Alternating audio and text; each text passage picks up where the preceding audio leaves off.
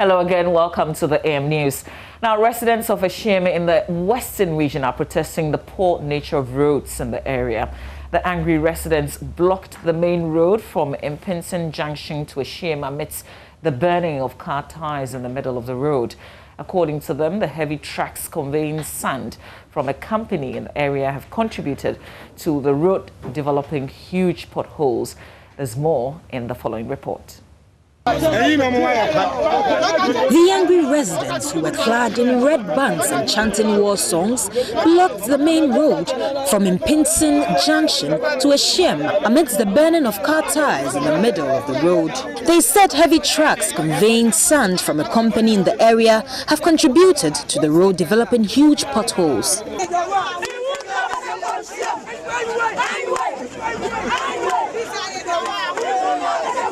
Trucks could be seen stranded in the middle of the road, with other road users finding it difficult to get to their destination. Here's Isaac Akumati Nyamiche, a stranded worker in one of the communities. In fact, we've not heard anything.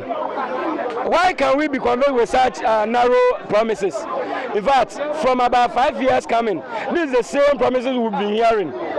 We even thought he is coming to tell us that Friday machines are coming to grade the road and start serious work. The late Honorable KKSM last 2 years gave us the same promise. I don't know whether it's a written note that they read before coming here.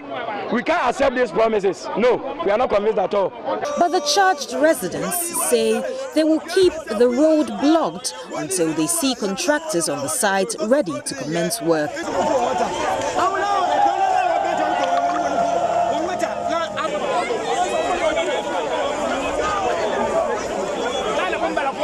The protesters are from 6 communities along the Nchamban Junction to Mantu Road in the Sekendi Takrade area. In Sekendi Takrade, they say their plea over the years to the city authorities for the road to be fixed have been ignored for many years. In Athalia Kwanzas reports for JoyNews.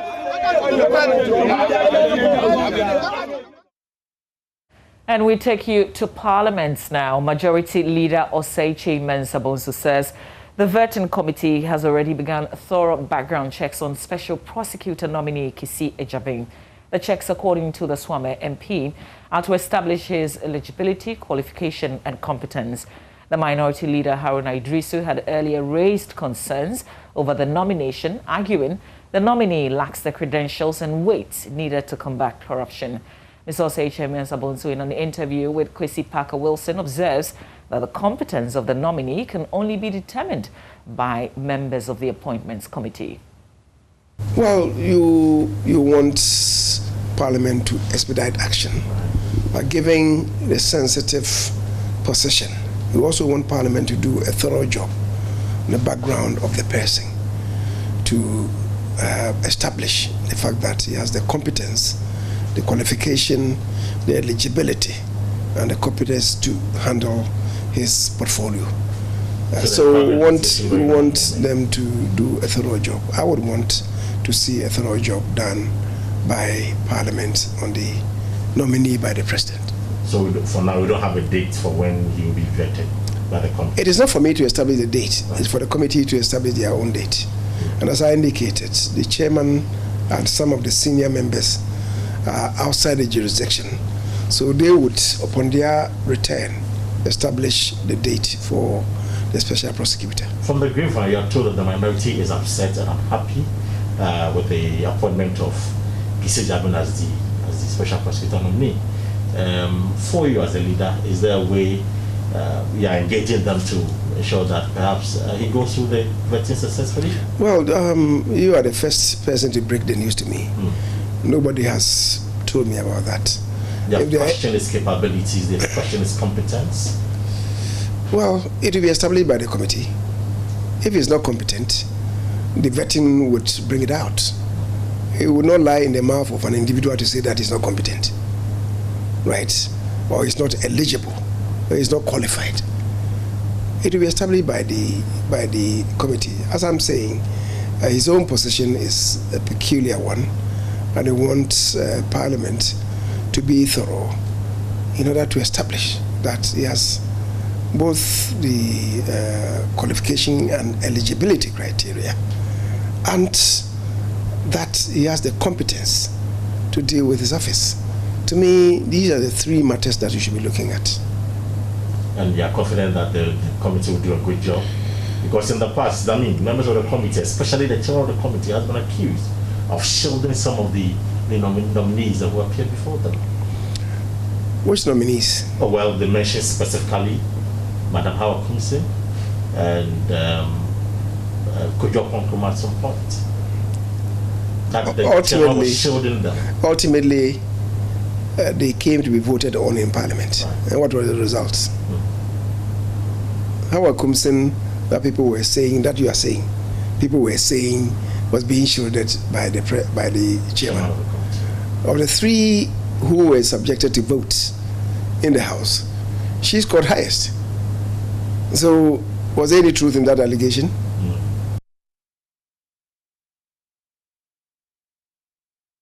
While still in Parliament, the minority has warned some deputy ministers designate who are going ahead of Parliament and acting in those portfolios. According to Minority Leader Haruna Idrisu, any attempts by the nominees to leap before their time would be at their own peril. This warning comes ahead of their voting next week. In his welcome address to the House, which has resumed its sittings, the Tamale South MP said the practice of nominees assuming office ahead of their parliamentary approval is not the best democratic practice. He also charged President Akufo-Addo to appoint CEOs and MMDCEs, arguing the delay is affecting the effective management of a country. Mr. Speaker, in respect of deputy minister nominees, may I caution that the ruling in J. Mensah versus Attorney General 1997-98 is still succinct. There are many of them who are in a hurry to assume office, even whilst Parliament have not considered their nomination. May I, Mr. Speaker, serve a warning that in accordance with the ruling in J. Mensah versus Attorney General, they will be in a hurry at their own peril, because they must respect the provisions of the Constitution, which guarantees a shared responsibility between the President as head of the Executive and Parliament in getting them approved. Many of them are already reporting to officers, some even taking actions. In fact, I have requested that some recording will be done for my purposes to expose those who are leaping too early ahead of the parliamentary approval. They may come back hiding that they are learning from their ministers and familiarization. But, Mr. Speaker, administrative executive decisions that they take will hold them accountable to it. So, Mr. Speaker, we are concerned about the takeoff of the second term of President Nana Akufo-Addo. He seemed very slow. Many boards and corporations are still not constituted. Yet the success and failures of many of our state and governance institutions hinges on the performance of these boards. Their policy, their administration is contingent on them. It is not for nothing that he must act in earnest in getting those boards and corporations properly constituted. It is not right and appropriate, for instance, for policymakers to be doubling as regulators. Mr. Speaker, our decentralization system has come to a near halt. In many metropolitan municipal districts, there are no district chief executives. So one just wonders what goes on at the local level and at the decentralized level.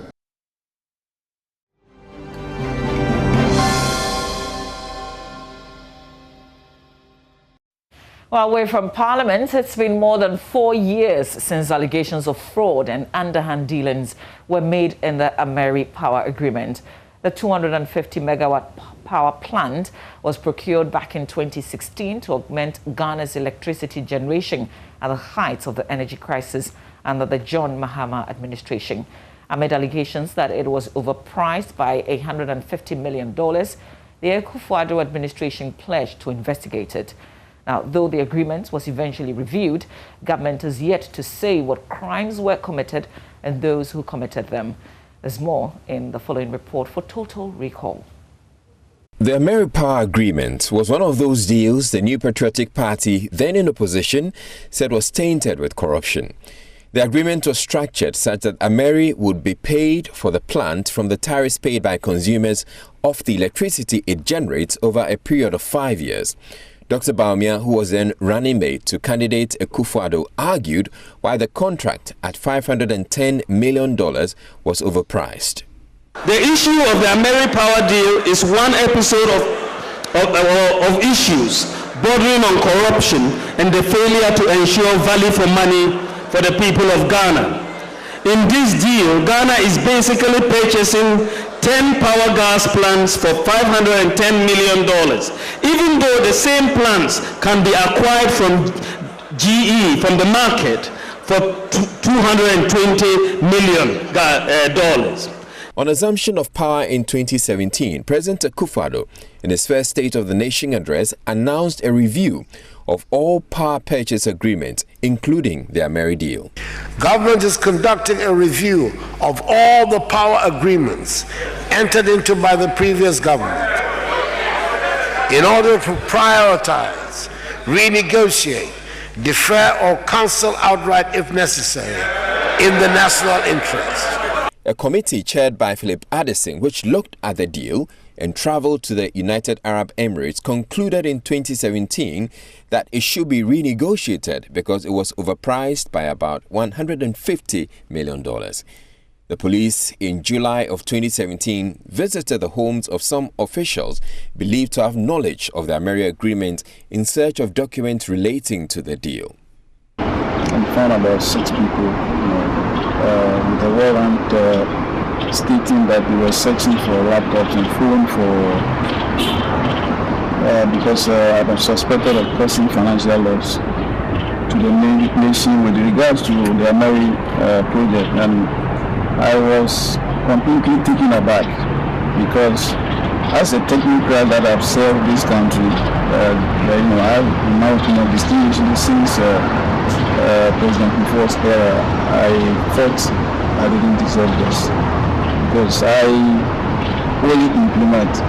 I don't make decisions. I don't decide who goes where. The equipment is acquired and I install, and I do it day and night, putting myself at risk to get it done. The Director of Public Affairs of the Ghana Police Service at the time, David Aklu, explained the CID officers had visited on a court order to look for evidence to find out if someone was culpable.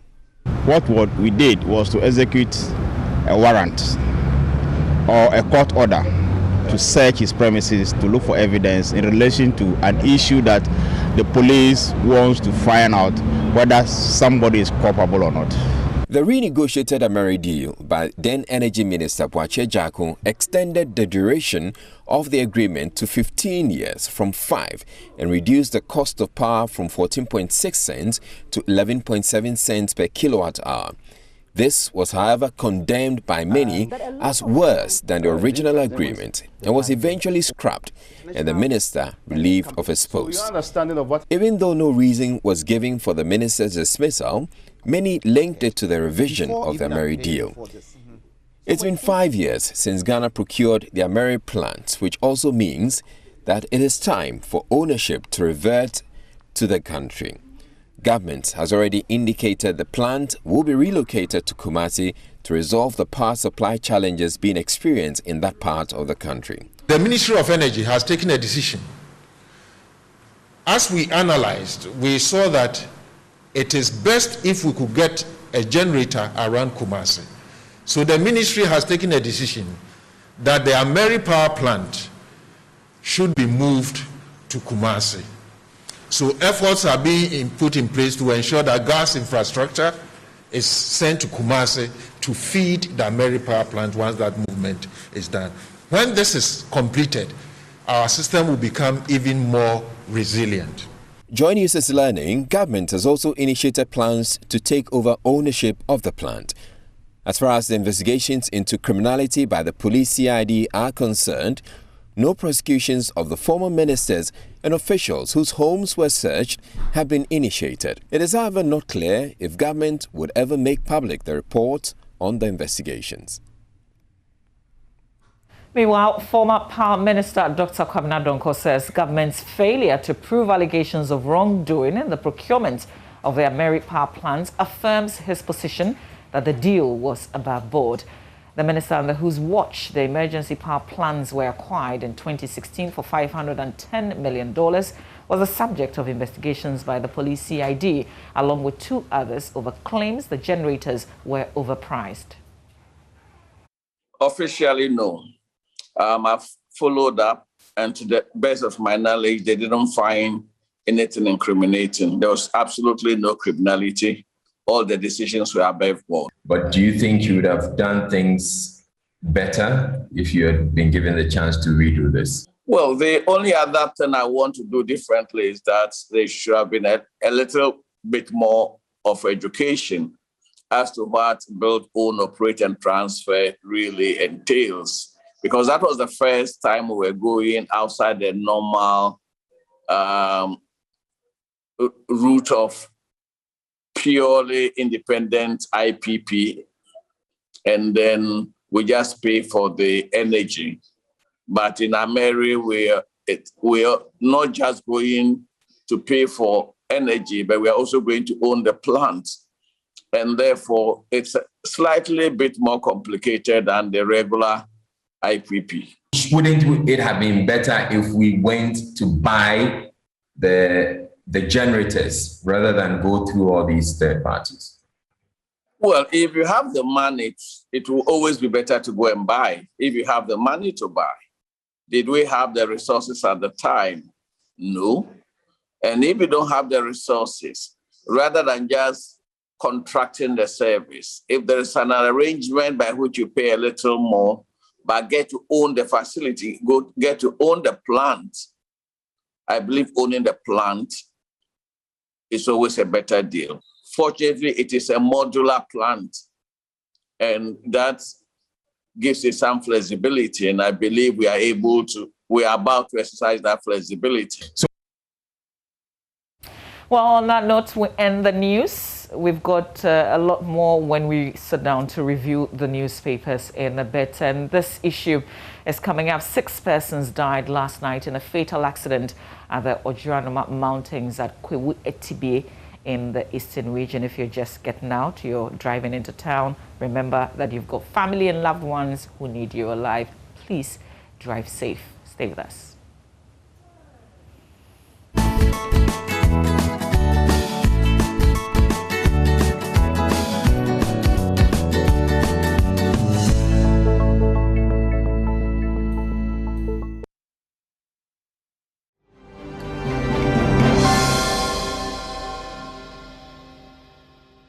Music and thinking the storm is now raging, but listen, it's a declaration. The fact that you say the storm is over doesn't mean that you're not going through your troubles and your problems. We are on the hustle. We are all hustling, but at the end of the day, it is a declaration. If you believe it, you have faith, it is going to happen. It's a beautiful day. You can choose to see it that way, even though things may not be going too well for you. But in the end, you will be smiling. That's a promise. Amen. Yes. You know, you've reminded me of Henry Ford, and this is one of my go-to quotes. Whether you believe you can or you can't, you're right. So whatever it is, just believe you can, believe it's possible, and do it. But even if you worry and you cry, like you're crying right now, can that change the situation? No, it won't. So you're better off smiling and laughing around, you know, like you don't have problems. I think it's better that way. Yeah. You cheer yourself up. Well, let's dig into the papers this morning, and there's a whole lot to talk about, but I have here the Daily Guide, Republic Press, BNFT, the Accra Times, and the National Enquirer. What do you have, Mama? The Ghanaian Times newspaper, the Daily Dispatch, the Finder, the Daily Statesman, and the Today newspaper. Okay, so let's start from the Daily Guide newspaper, and it says Nana meets Pan-African members of Parliament. Of course, we are talking about AU Day, and Speaker Bagbin also had a word for African leaders, but that's in another paper. Jomoro, MP hot over dual citizenship. I'm talking about Dorcas Afo Toffee. And it's not a toffee-ish situation at all. This is not a sweet situation. The story is on page 3, and it talks about how a resident of Nuba and Pataba in the Jomoro district of the Western region, has filed a writ at the Secondary High Court challenging the NDC's Member of Parliament for the area, Dorcas Afotofi, to produce evidence of her renounced dual citizenship in court. He alleges that the MP was holding multiple nationalities, American and Ivorian citizenships, which violates the 1992 Constitution. Of course, you know she's not the only one mired in such an incident. There are others as well. So more of that in the Daily Guide newspaper. Something else that I want to highlight on page 3 is this one. President blasts siren abuse. It's in another paper as well.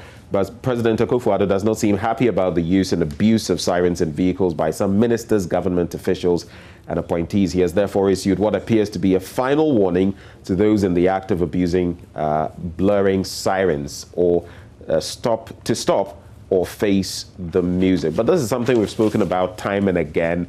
You remember when I spoke to the Greater Accra Regional Minister, Henry Quartey, on the SMS, he made mention of the fact that they were going to deal with that. In fact, he brought up some timelines, and he said that he was going to speak to Fremont Parry, the Chief of Staff, to ensure that those in government were whipped in line so that if you did not qualify to use it, you wouldn't. Hopefully, now that Mr. President has added his voice, that can... Because sometimes there are genuine reasons and people don't even want to cede their position on the road because they think, it's just another one of those, before they realize, oh, maybe it's an ambulance, because it's become so rampant. Everybody is using a siren. Ochenhene gives SHC 200 acres of land, and MP gets 2 million Ghana cedi bail for 2.4 million fraud. And fraud is in quotes, quotation marks, because that has not been established. It's still an allegation. Mali's former coup leader takes power after president's arrest. And, you know, it's been like a clean sweep. I think the president, prime minister, and others just swept aside, and the military is back at it. On Africa Day. On Africa Day, yeah. Chief orders Mugabe remains reburied. And this one is interesting. A traditional chief in Zimbabwe has ordered that the remains of the country's former president, Robert Mugabe, be exhumed and reburied at a national cemetery. So that is the take there. I'll wrap with this story on page 11. It says mosquitoes now resist insecticides, and that's according to the GAIC. It's a study from that body. Now, research conducted by the Biotechnology and Nuclear Research Institute of the Ghana Atomic Energy Commission has revealed extreme resistance to insecticides among Anopheles mosquitoes in small cocoa growing villages in the Ashanti region. Now, the research conducted at Atatim in the Adansi-Asokwa districts of the Ashanti region showed that there were two major malaria vectors, one dominating during the dry season and the other during the rainy season. Unlike in many communities where there is only one transmission season, usually the rainy season.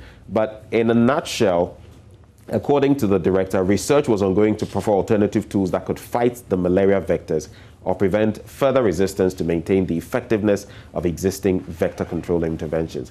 It's important to bring this up because if the insecticides are no longer working on the mosquitoes, and yes, because the drugs that we are using to deal with them, they are. But you know, sometimes I shudder.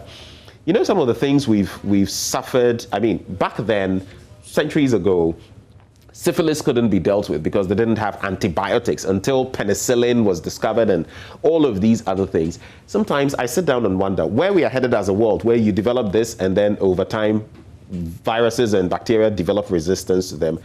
We could get to the point where you are practically having diseases that none of your medication can treat. Yeah. Aren't we there already? Anyway, so some instances. On the back page, just to wrap, Partey flouts COVID rules, attends illegal party. I'm sure you've heard of that, and he's in hot waters for Partey after party. No, I haven't. That situation. I haven't. And I don't know what happens to these players. I mean, from time to time they just go, or is it? Maybe it's the coaching style. He's an African in England, isn't it?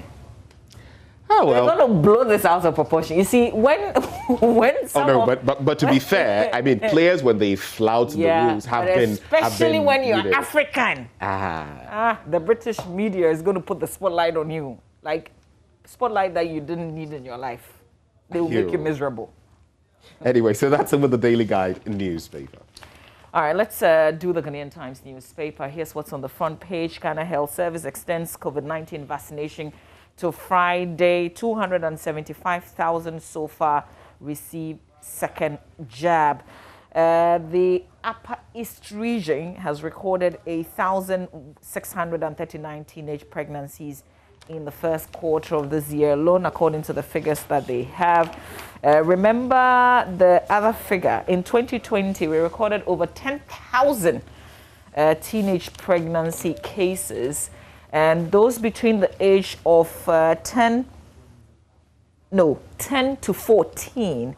This is a record figure, isn't it? 2,865 girls aged between 10 and 14 got pregnant in 2020. But this Upper East region it goes back to that statistic we were talking about weeks ago, about the over 100,000 who... Yeah. So this Upper East region says that pregnancies were recorded across the 15 municipal districts in the Upper East region within the first quarter of the year. A midwife with the Bolgatanga Municipal Health Directorates made the revelation during a review meeting of sexual and reproductive health and rights advocates, including 50 young people from 6 districts on Monday. She expressed worry about the situation, noted that at the end of 2020, the region had recorded 6,533 cases, which placed the region 7th on the regional league table in the country. We're talking about a league table, not one for women and girls to be proud of, because these are teenagers we're talking about. And in most of the instances, these are girls whose bodies are not ready to carry what they are carrying. And you can imagine some of them will lose their lives because the birthing process is not an easy one if you're not ready for it. And it brings back... it can be life-threatening for someone who is not even ready for it. Absolutely. It brings back, this whole conversation today, the Orange Support Center that's been set up.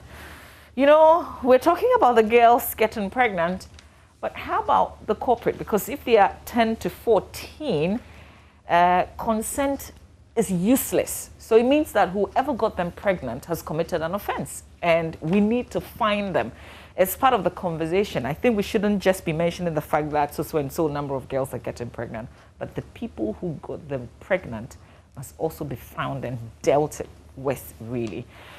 So watch out for that conversation in terms of what kind of support is available for a young girl like that who's gotten herself pregnant.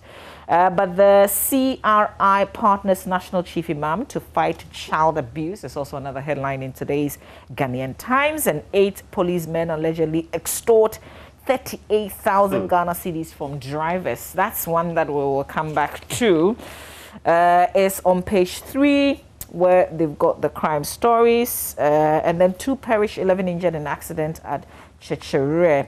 Calm restored to secondary prisons after they protested against the quality of food served at the facility on Sunday, which was a good thing, by the way. And then on Major Muhammad's murder case, court cautions defense attorney. It says a Supreme Court judge yesterday issued a warning to defense attorney Mr. Theophilus Donko in the case in which 14 persons are being prosecuted for the alleged murder of Major Maxwell Adams Mahama Densho in the Central Region on May 29, 2017. Justice Mariama Owusu, a Supreme Court judge sitting with additional responsibility as High Court, issued the caution because the lawyer was absent from court on Monday. He was expected in court to cross-examine independent witnesses in whose presence caution and charge statement of the accused were taken at different times. There's a good background to the story. You can continue to read on. But quickly, what's on the back page of the paper? NADMO urges Ghanaians to prepare for heavy rains between June and August this year. That's the Director General of the National Disaster Management Organization, Eric Nana Ajman Prempe, who said that Ghanaians should be prepared ahead of time for heavy rains and associated thunderstorms in the coming months. Korea donates $190,000 equipment to ECOWAS Maritime Center in Accra. Full story on the back page of the paper. Sometimes I get very worried. Ghana Beyond Aid, of course, it won't just happen immediately, but debia yeji, and when will we ever give? We take every day, pan in hand. Oh, give me, give me, give me, give me. Hey, what kind of continent is this? That's one there is in the Bible. You dey cry, what you said is in the Bible. We say it, but we don't practice it, particularly as a nation, when we say it is better to give than to receive. Anyway, now it is Ghana beyond waiting. Hey, are you? Not the aid, but Ghana beyond A. Hey. Who invented that? Was it Derek Akosam? Well, who knows? But it's Ghana beyond A, not A there, please. But officially, it is Ghana beyond A. Let's not do that. It's Ghana beyond A. Well, okay, say let's not do that. I just wanted to stress, when you were talking about the situation to do with the girls who have got impregnated and all of that, is very important to highlight also. According to Act 29 of 1960, the age of consent when it comes to sex is 16 years. So we ought to be really, just because you were mentioning the age range, those who are 10 to 14 is useless. Yeah, you can't say a child consented. 16. So if you're dealing with anything below that, but some people have even questioned that when 18 is the legitimate age of doing so many things in the country, voting and all of that, and some have questioned why it is 16, why it is not 18. But that is something that those who say the Constitution should be looked at, or statute books generally should get into. But I am happy this morning about something the Daily Graphic has done. Why? It's because they are following up on something that you read yesterday. You read about the dark streets and poorly lit, all of that. So improving street lighting, Energy Ministry, GSA to the rescue. So these two institutions, the Ministry of Energy and the Ghana Standards Authority, are leading efforts to undertake a confirmatory assessment of the entire street lighting infrastructure. Assessments. Relax. And then you said to the rescue. It's coming. Massa. In the country. This is to ensure that the infrastructure meets the Ghana standard for street lighting. I beg. And that's not an encouraging. Listen, relax and let's dive. We have been doing the assessments. Like, don't they live with us? Like, they don't see the places that are dark. Like, we have to. When was the last time you used the thermometer? Now we have to go around again and go and assess. Don't they live around? Like, don't we all live in Ghana? The places that were highlighted in Sunyani, in Takrady, in Accra, and the other places. Don't we have state officials? Don't we have public workers? I know a stretch in Roman Ridge where people have been robbed time and again. A plush area at Roman Ridge, a certain stretch going down, because at night, that stretch, I mean, it's even now that the road has been bettered, but that stretch is so poorly lit, anyone can jack you up. So, Benjamin Akapo, let me understand though. They're going to, sit in the car and go around and do assessment and find out where the traffic lights are not working? A meeting has been held between the two institutions, during which the resolution to work together to ensure improvement in street lighting in the country was finalized. Again, the two institutions, together with other stakeholders, will begin. This is where will begin a joint assessment of all street lighting projects currently ongoing in the country to ensure the materials used are in conformity with their standards. The material, it's the Ghana Standards Authority. They are looking at the standards. The materials must conform to standard even before it enters into the country. There is a point where these things are checked. So you don't sit there and wait for them to put it up and they are not working and you come back and say, I'm not going to check. You're getting worked up over the thing. I am upset. Let's move on. This country, why are we spending money doing things that we shouldn't be? These things should have been done way before. Ghana for you. But the street lighting thing, I mean, it exposes people to criminal elements. So many things happen. Accidents. You remember that very bad one with the onion truck or whatever that was parked and these people lived. Do you think if the stretch had been well lit, those accidents would have happened? It makes driving at night very scary. Sometimes even genuine people who need support. Talk about the Gempa stretch, that famous road. People have been telling their stories all the time. I mean, it's terrible. Now we need some big institutions to do assessments when we have assemblies all over. Hey. Well, let's look at the gender page and something that you're going to be talking about. Central Region fights adolescent pregnancies, records 10,301 last year. And those involving men and boys as well, that also cannot be swept under the carpet. It's also here on page 13 of the paper. On Africa Day, AU Day, the CPP has been talking about raising awareness on a united Africa. With what has happened, what happened to Nkrumah, what happened to other African leaders, even including the likes of Muammar Gaddafi. I have my own problems with him, but you know, the mindset and all of that. I don't know whether we'd ever, under the sort of leadership we have in Africa currently, ever get there. But only time will tell. We must retrieve stolen treasures, artifacts. That's according to President Akufo-Addo. You know, I think, was it Nigeria? Or was it Benin that has had some of those returned in recent times? And will that happen for other countries, including Ghana as well?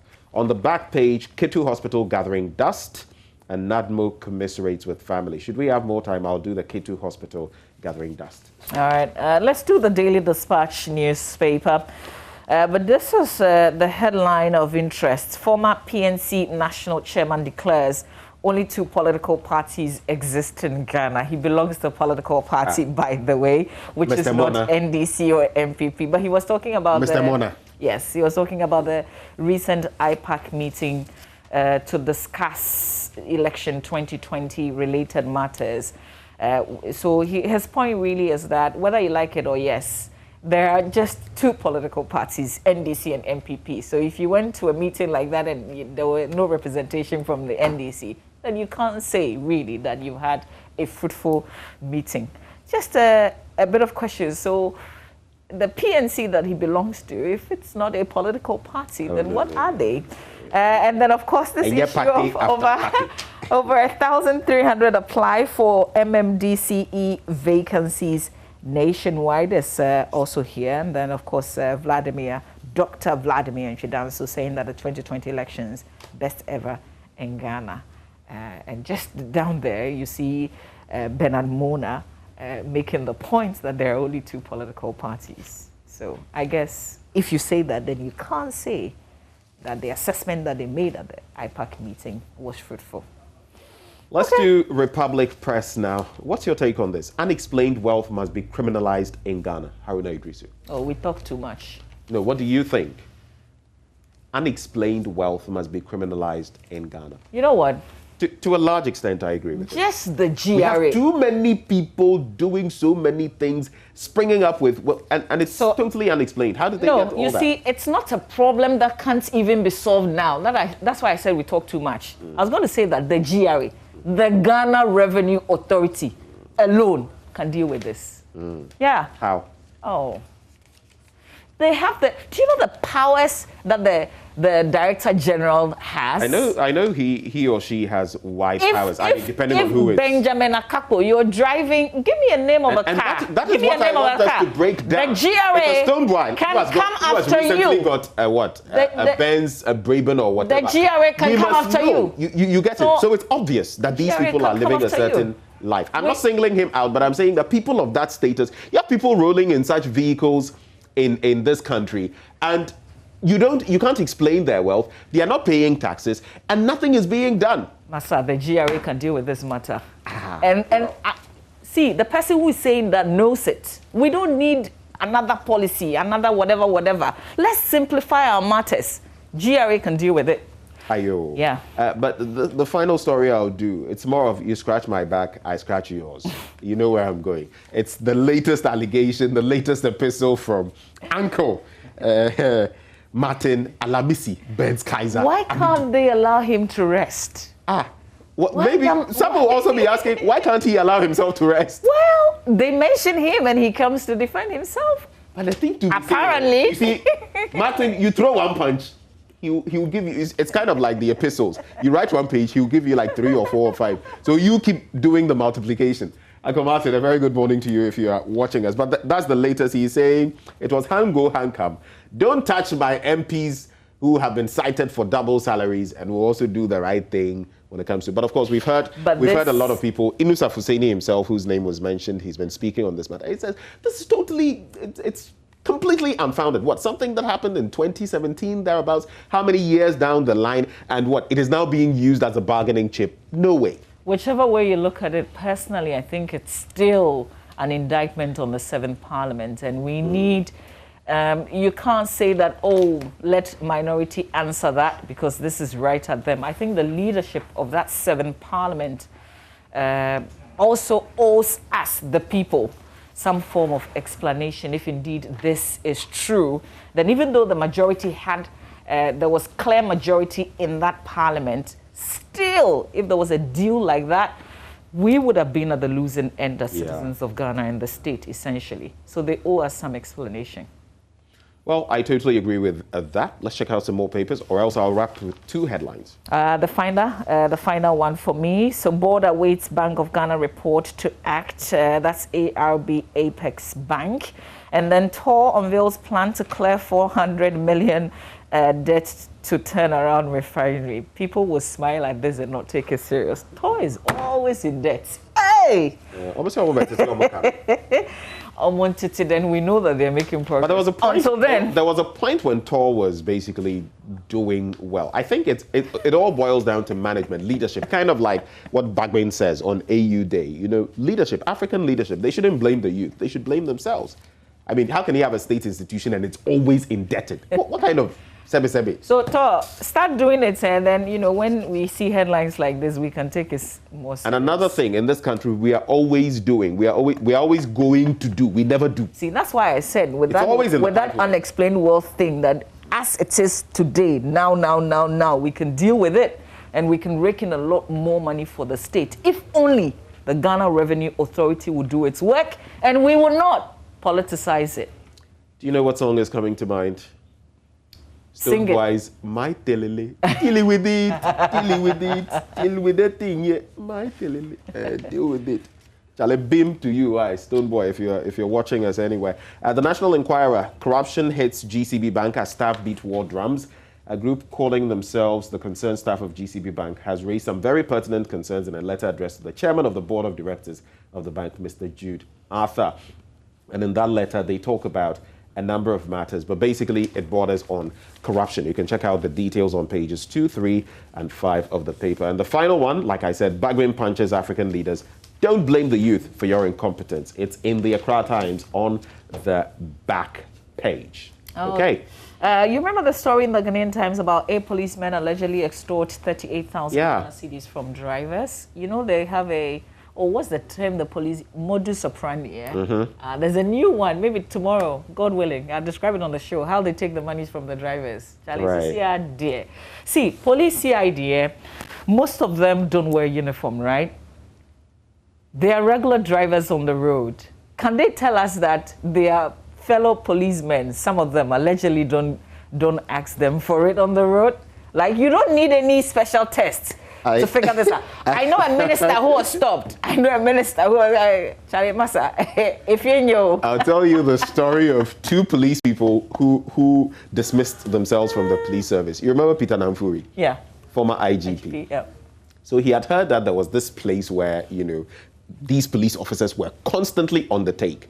So one day he decided to go, but not in his official vehicle, in one of his old vehicles, and he wasn't wearing his stuff.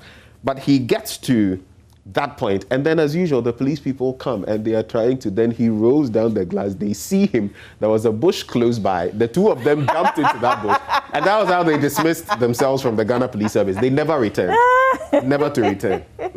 Yeah, but there are some brave ones. They see IGP because they don't even know that's the IGP. They still will collect. They don't care. They still will collect. So this is investigations directed by the Regional Police Command. This is Deputy Commissioner of Police Afo Boachi Yadom.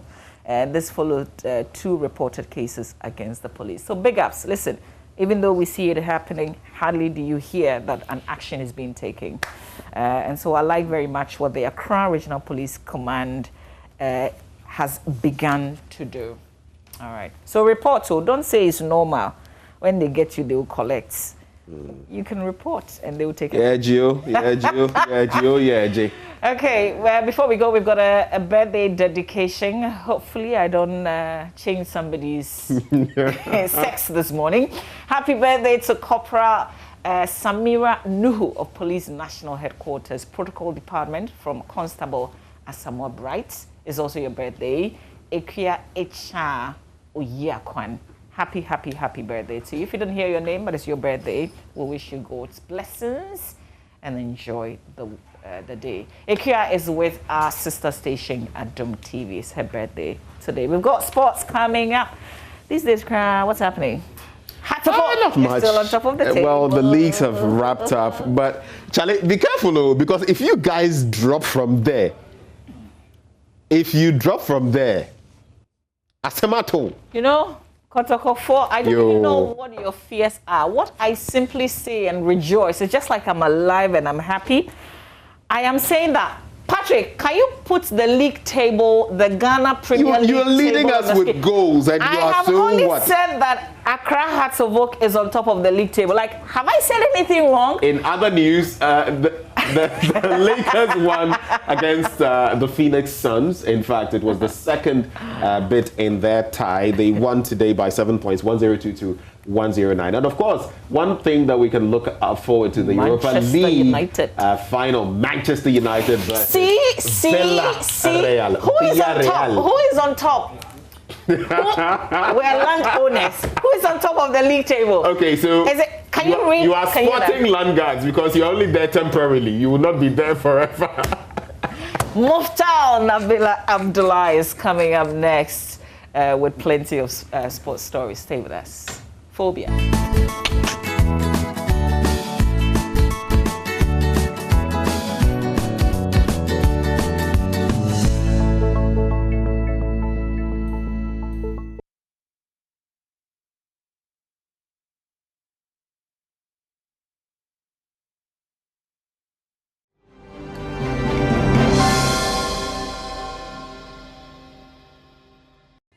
From athletics, let's do football now. And Great Olympics have had a very stable season, currently placing third on the Ghana Premier League table. A management member of the club, that is Saint Ose, tells us that the management decided to change their way of doing things to ensure that they have a successful participation in the Ghana Premier League, so that at the end of the season, they will not be relegated. What really has happened to Great Olympics has to do with hard work, instilling discipline amongst playing body, and ensuring that the very things that we used to do in the past that was not helping, have to be truncated to ensure that we do the right things to make us, achieve or see what we are seeing at the moment. So if you ask me, this is what I can tell you regarding that. I see. If you say things that used to happen in the past, I mean, what exactly were the things that were happening in the past that you've run away from? First of all, let me say, it's always like a system where you have a way of, doing your thing. Then you produce the same thing and then you get a certain result.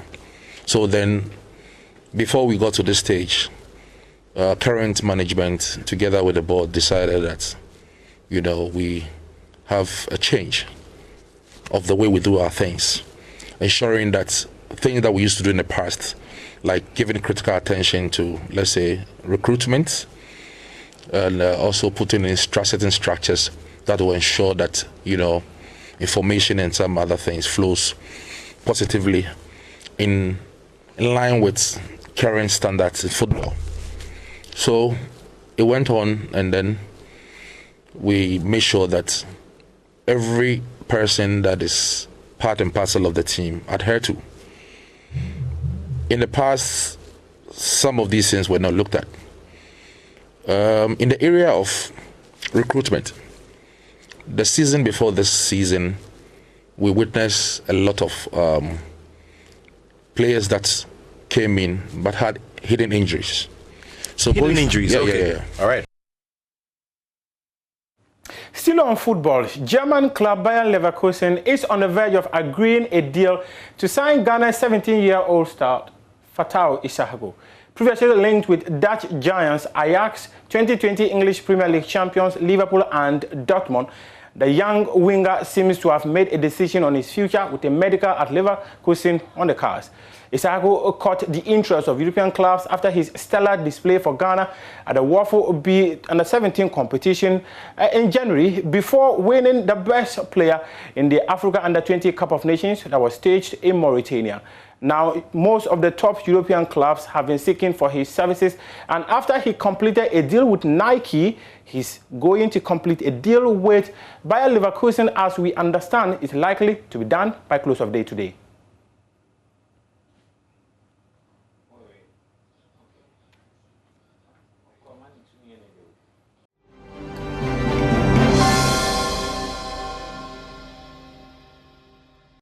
A warm welcome back on the AM show, and on Wednesdays we highlight business. We call it AM Business.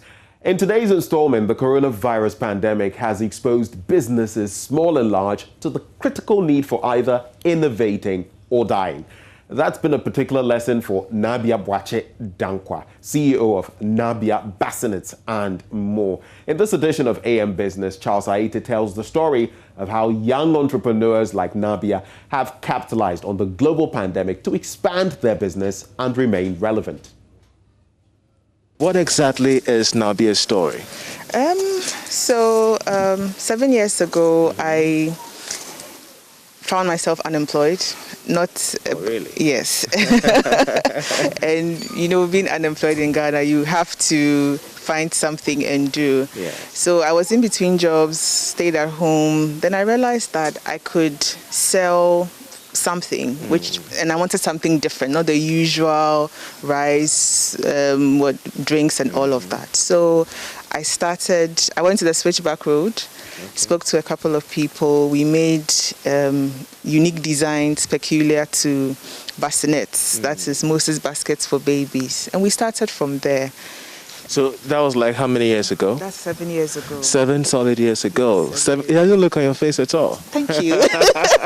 It's been a journey of mixed feelings. So help me understand what happened in the span of these 7 years. So in the span of 7 years, I realized that the Ghanaian consumer wanted more. They knew that you could make Moses baskets, but they wanted somebody who could serve as a bridge between the Moses baskets and furniture, because they also felt that if I could work with artisans to make baskets, then I can work with them to make furniture. So I moved into rattan furniture. So I was making chairs, sofa sets, dining tables, all of that. Then they wanted more. Yes, the Ghanaian wants more. We always want more. Then I branched into full-fledged furniture, which actually took up all the space all the time, and I had to leave the rattan behind. So you did all this by yourself? Yes, by myself. Wow. Yes, by myself. So walk us through the journey as we make our way to the very first station. Okay. Yeah, so in learning about furniture, I had to go into the basics. I had to do lots of research. And the good thing about my kind of research was I didn't sit behind the computer or go on. I did all that at some part, but I basically went into the market, because I realized that there were industry players inside the market. So I went to them, I went to talk to them. And because I was speaking to them at their level, I didn't come with any, I'm so educated, I'm so higher, I'm whatever. They listened to me. So you started on the back of humility, having to come to the level of those who knew the job proper so you could understand. So I want to get it clearly. It wasn't the case whereby you enrolled in a construction institution or a technical university to get the wherewithal to run this business. No.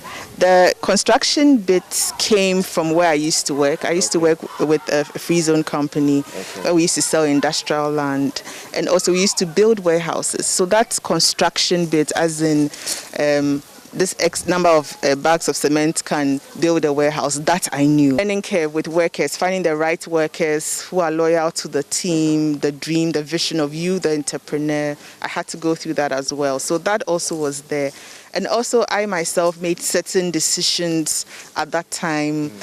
What I thought I could, but I didn't have the capacity then, and it was just exuberance. It was good, but I had to kind of go through all those rites of passage, because that has sustained the business from that time I started till now. Yes. That's so much to munch on. But let's check out what exactly is in there. So we're currently going to check up one of it's a workshop, right?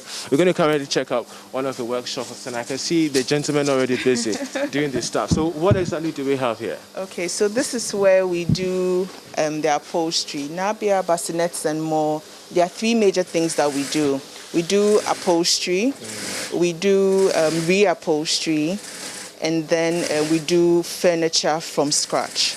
So right here is where we do the upholstery and the reupholstery. Do you want me to break it down? Yeah. So in any way, as you're about to break it down, so this is where all the magic happens, right?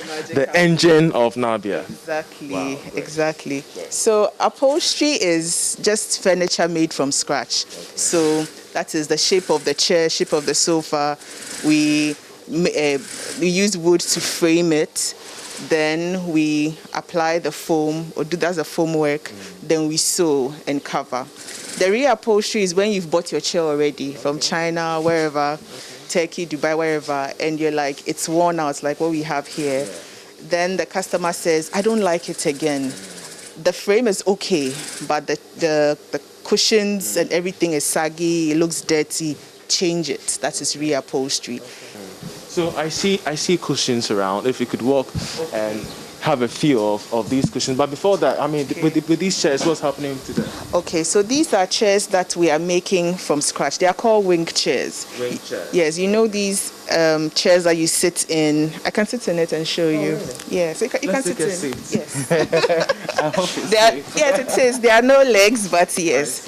So these are wing chairs where you can sit, watch TV, or maybe your reading room, just you alone in your corner.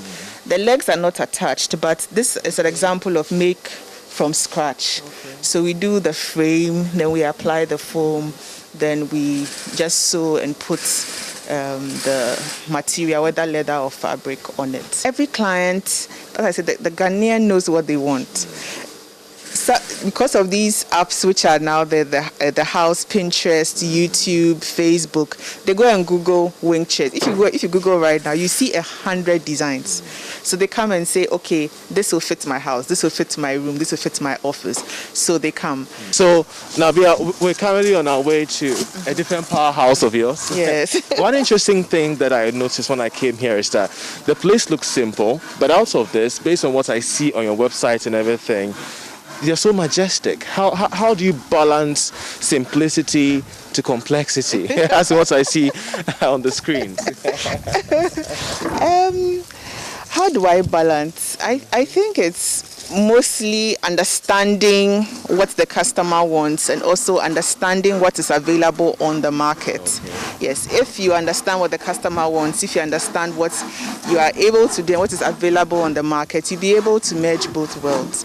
Because the thing is, you have to blow the customer's mind beyond expectation, but you have to do it within a certain context. So you have to understand the context, or else you're going to lose out of the whole game.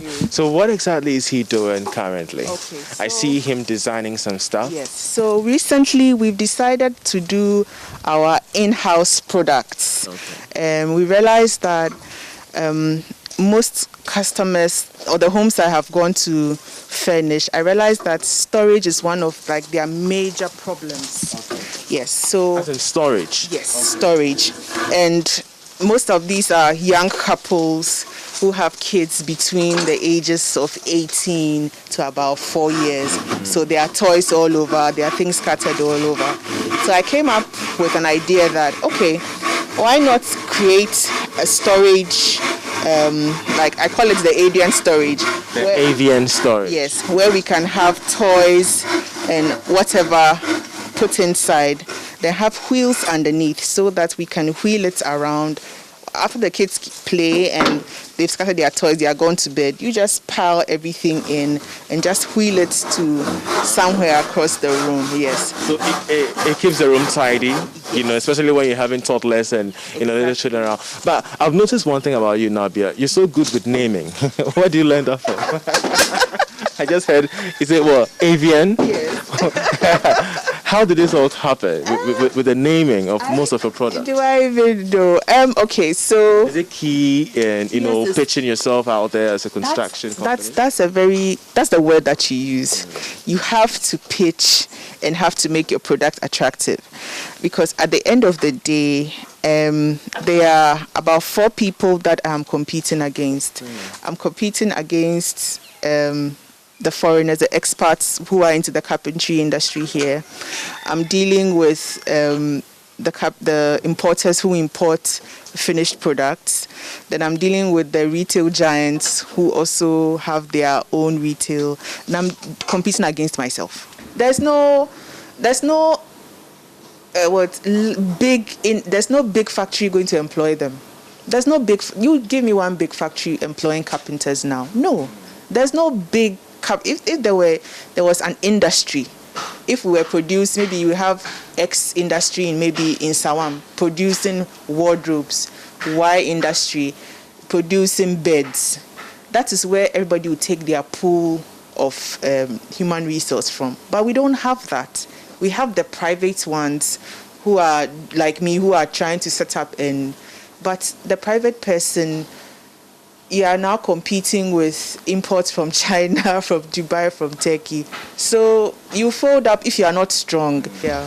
Well, when I came to your office, one thing that caught my mind were some writings on the wall. And before we started this interview, I was asking you, what exactly are these writings and what exactly do they mean? So I think it's now time for us to get to know the story behind these writings. But what exactly inform these writings on the wall? First of all, a little bit of, thumbs up. You have a nice handwriting. So tell me, what exactly are the stories behind these things? This actually is what I'll call my mood board. Your mood board? Yes, so if we could count, so this is all that has happened in my life concerning my work. So how I'm feeling. These mostly summarize your accomplishments for the tasks that you set yourself? Yes. Okay. So there's one, if you can see, fail forward. Mm-hmm. So I didn't do a good job. Okay. So I'm like, okay, what are my lessons for it? I failed forward. That means it's not going to happen again. Okay. I'll make sure I don't repeat it. Okay. There's speak up. There are times when the client kind of shifts mood or setting, behaviors crop up, and we tend to keep quiet because we're like, oh, he or she will not recommend us again. But sometimes you have to speak up and tell the client that if we do it this way, it is better. So speak up is a reminder to me that speak up. Then there's small victories. So small victories. Small victories. Okay, that's it. Yes. Okay. So this is. I remember this particular job. We delivered 4 beds, and they were so beautiful, and I was so excited. But the delivery, the truck broke down on the way. Yes. My God. Yes. Did it affect the furniture? No, it didn't affect the furniture, but I had to get another truck to transport. Look, it was so for me, the smile at the end of the day, or the lady's face, that was my victory. So my small victory was, look. Even despite the challenge, exactly, I got to deliver. But let's talk about the the interesting descriptions. I see ghosting. What happened? Your client ghosted you? Oh yeah. It happens all the time. How did the client ghost you? Oh, they'll come. They'll come to you with all their requests. You do the invoice. You send it to them. Now you're calling them. They're not taking. You know your budget according to that project. Oh, it's very sad. That's so bad. Okay, which other interesting thing do we have here? I think I saw some interesting one. Okay, what about no reactions? What happened to no reaction? So no reaction was when I had to get rid of staff. It gets to a point when people feel that without you, they cannot. How do I say it? You cannot complete your task. So I sacked this particular worker, and he left, and he came back and came more angry and was saying all sorts of things, and I didn't react. I was surprised because I could have gone. Yes. Yeah. So I was like, no reactions, just keep it in and just move on. This is indeed a mood board that I think everyone would have to have in the course of their way.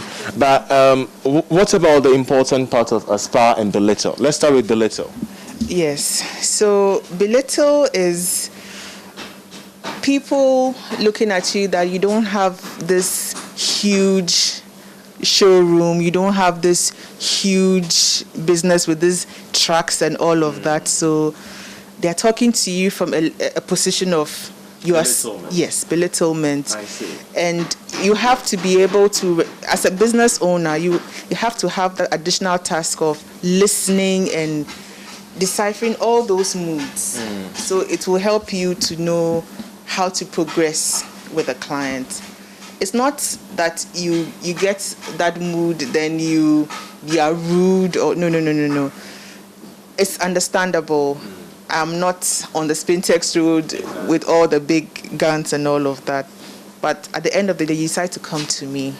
Yes, so when they are belittling and doing that, you just politely tell them that you still came to me. But in the midst of all these, mood assessment thing that you have here, lie the issue about the future, the prospects you have for the future, the dreams you have for the future, using social media and transforming your own niche of business. So walk us in just a minute or so what the future holds for Nadia. Well, the future is bright. Last year I launched a wood polish. It's on the table. I could show that to you. Yeah. This one? Yeah. So I launched a wood polish. I realized that people have wood in their homes, wooden products, cooking products, chairs, tables, all of that, and they don't have anything to restore the shine and the polish, the lush when it all dries away. So I did some research and I went to FDA, got it approved, and had it in one of the big stores in this country. So this is something that I know I can sell beyond the shores of Ghana. So this AFCTA, which has come into Ghana, is something that I'm really, really excited about, because products like this and the value chain on even my wood polish, there's a lot of products which I have in the pipeline. So I'm just studying how this will work on the market, and I'll expand on that. Aside that, reupholstery is something that I've realized that people really want in their homes. The furniture is not spoiled. It hasn't gone bad. It's just the covering. It's just the foam. And I have the ability to change it for a reasonable sum and bring to you. And that has really, really caught on even during the COVID. So the future is bright. The future is bright.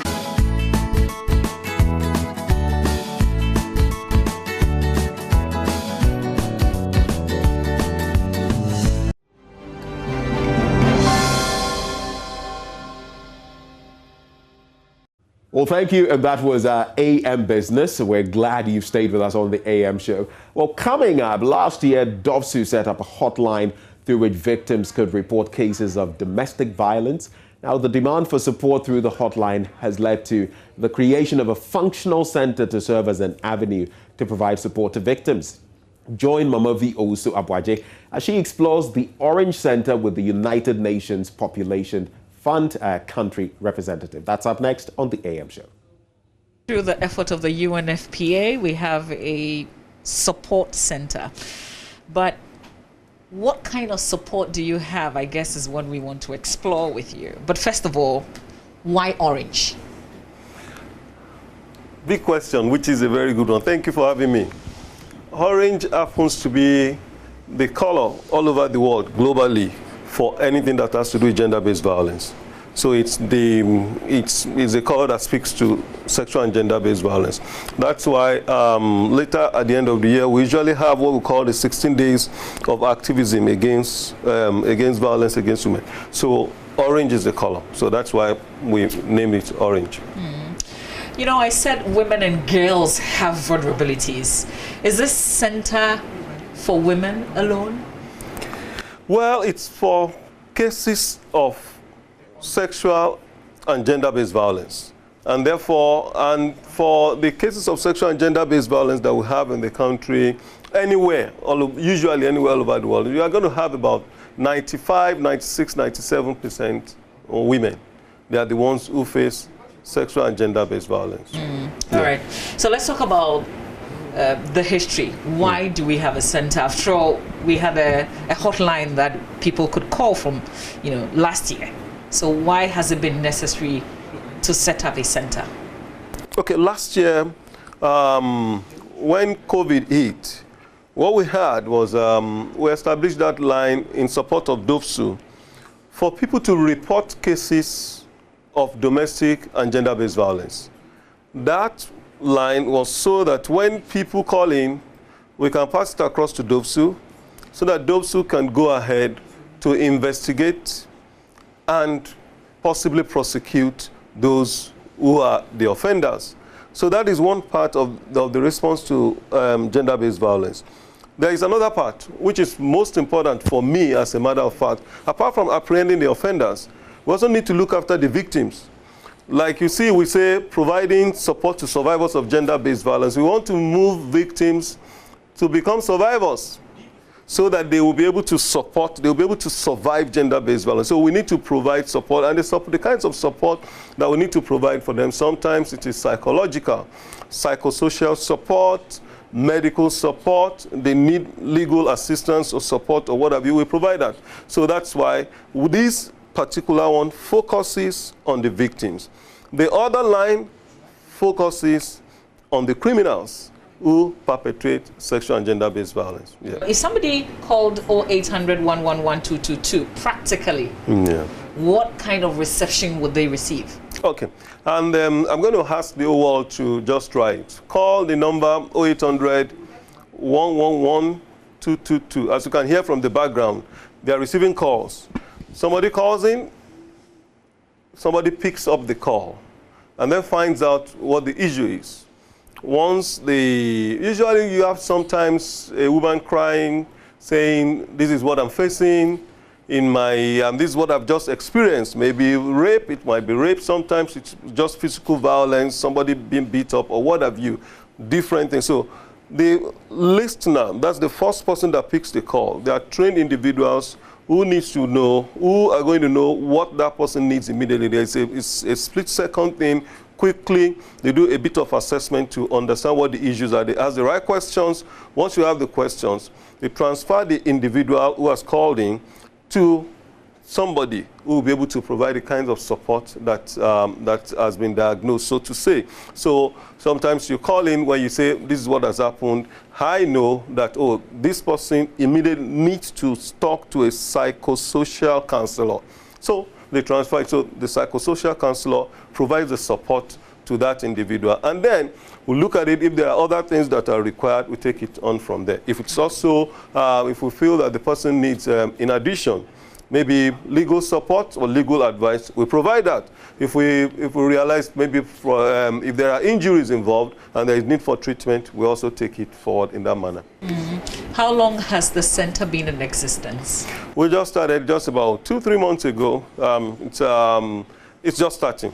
Let's just say it's just starting. We are foundational right now. Okay. Yeah. And what have you noticed? I mean, I know that it's still short, fresh. Yeah. But are you reading a certain trend, or what are you recording right now? Yes. What we see right now is that there are so many cases of people who are abused in different directions, beyond our own imagination. You can see that before we came into this business, we were planning to hear all sorts of stories. But I can tell you that the stories that we're hearing these days is actually more robust, so to say, than what we expected. You see different cases. For example, I just had a case this afternoon. Everything was going on fine. Then when the COVID pandemic hit, the guy got thrown out of a job. And then the next thing is that he found somebody else to go out with whose parents are rich. So he elopes with the new lady, and then everything is fine for him, and he abandons his entire family. that is gender-based violence. That is domestic violence in itself. So it's in different contexts. It's actually mind-blowing, the kinds of stories that we have. And you are going to have an opportunity to speak with them, those who are in charge, who will be able to tell you the kinds of things that they've had. So I know that this center is in Accra, but are you providing service to only those within Accra? The center, that's why I really not want to call it a physical center. That's why you will not see a signboard outside. We don't announce it because this is just supposed to be a back-end platform to make things happen. The services that we provide are actually primarily virtual. It's virtual based. So the call comes in. What we have here is the latest call center facility with which calls can be received. But not just the calls, there is also a linkage. We are using technology, we're leveraging on technology to link up with counselors, with professionals that are behind the scene who will be able to provide support to all of those. So it's not just an Accra thing. Somebody calls in from Tamale, says this is what has happened, and you'll be surprised we actually have professionals all over the country who are volunteers. We have a lot of volunteers. We have about 200 volunteers on paper, and we're still going to get some more. So they are everywhere all over the country. So if a case comes in and somebody needs help and support in Tamale, that is beyond what we provide virtually. If they need to see somebody physically, we can actually parachute somebody there who is close to where that person is to provide the kind of support that we want. And we believe that in the course of time, we'll make this more robust, and so that you can actually have support within 5 minutes walking distance of wherever you are. Nice. Is this a 24-hour service center? Yeah, it is a 24-hour service that we provide, even though this place is not open all the time, 24 hours. It's only in police stations and the hospitals that are 24 hours. But then actually, the service we provide is 24 hours. Call in anytime, you will get support. Okay, so this center is different from you going to a police station to report, correct? Yes. The going to police station to report is also linked in some way. When a victim goes to the police station to report, the victim wants the police to investigate and probably deal with the offender. But at the same time, that victim has suffered some injury in some way, either physical or mental, that suffered some injury. That the kind of support that will comfort that particular individual who have suffered some injury is what we provide. We just want to make sure that that person who has suffered has come back to normal, and then our job is done. But at the same time, it doesn't mean that the offender should go free. So that's what we do. Okay, is this a permanent center?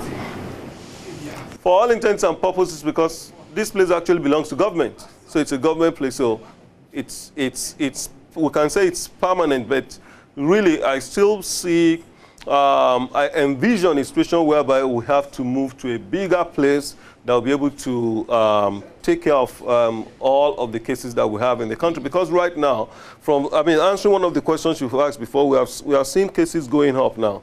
So, and with adequate publicity, which we are embarking on in the course of time, we expect that we have many cases being reported.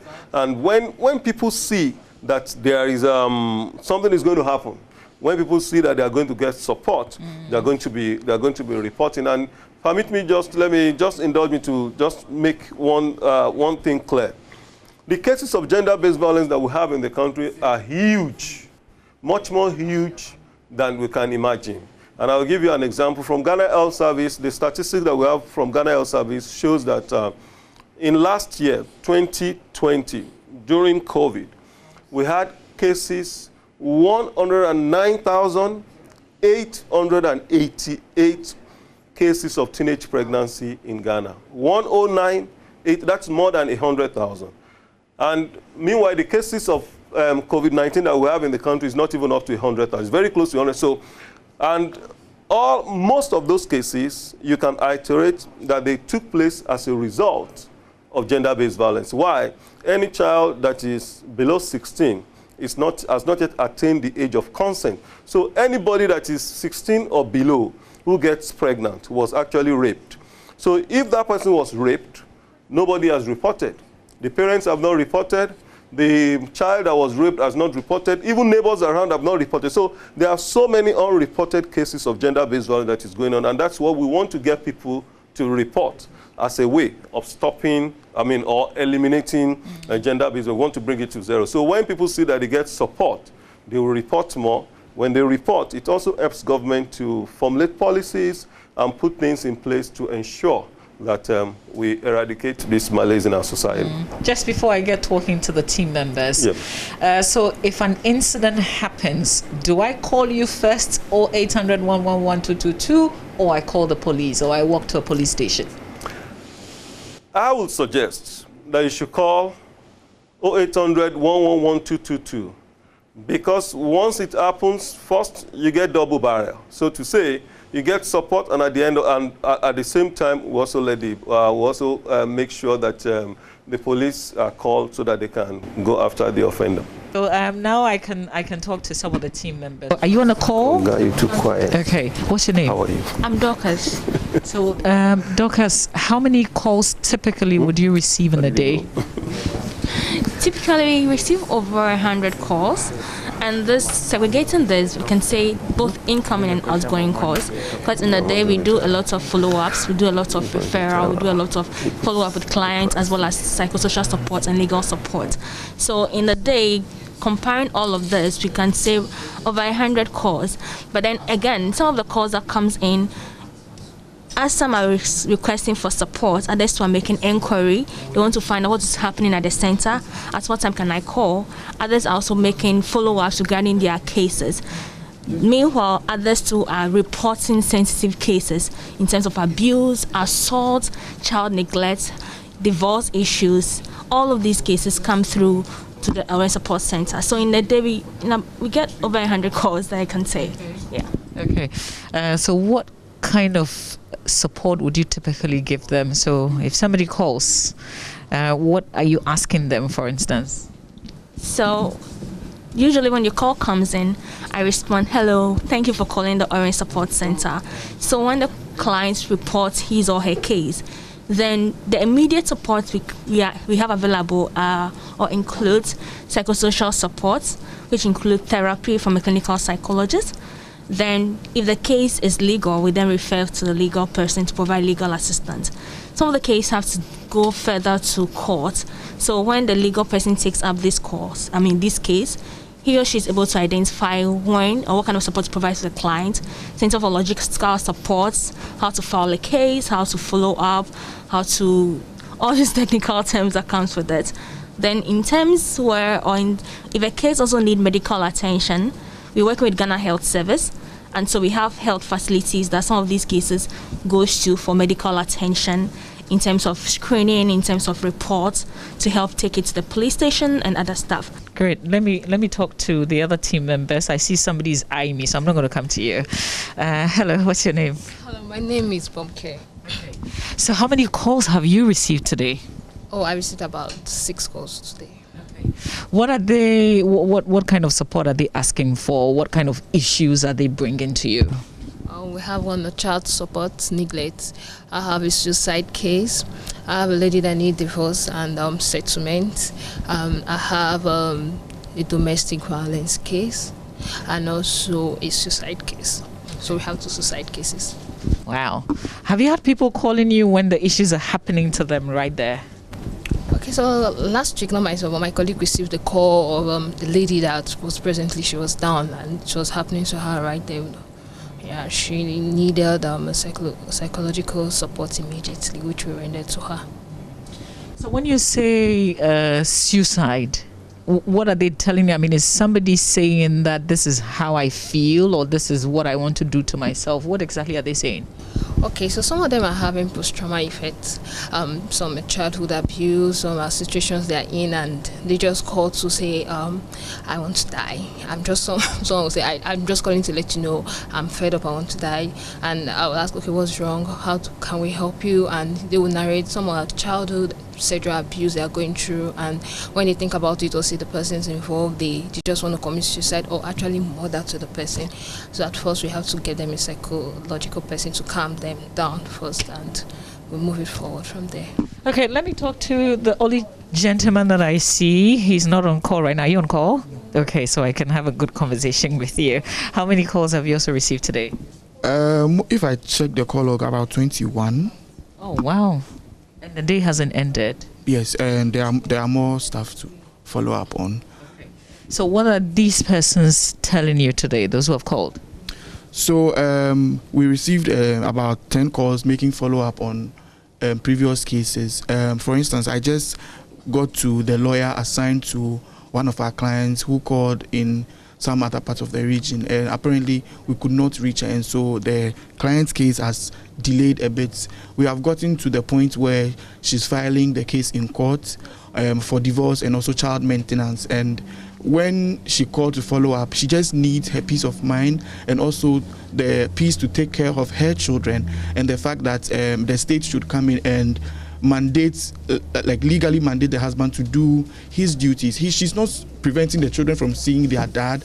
All she wants is out of the marriage because she's not living in a peaceful marriage, and it's like she's living alone. So she just wants everything to be formally documented, like legally, that yes, she's divorced, she can take care of her children and her business, so the man can let her be. Okay. Yeah. But is there any reason she's coming forward to you instead of following up, through this by herself?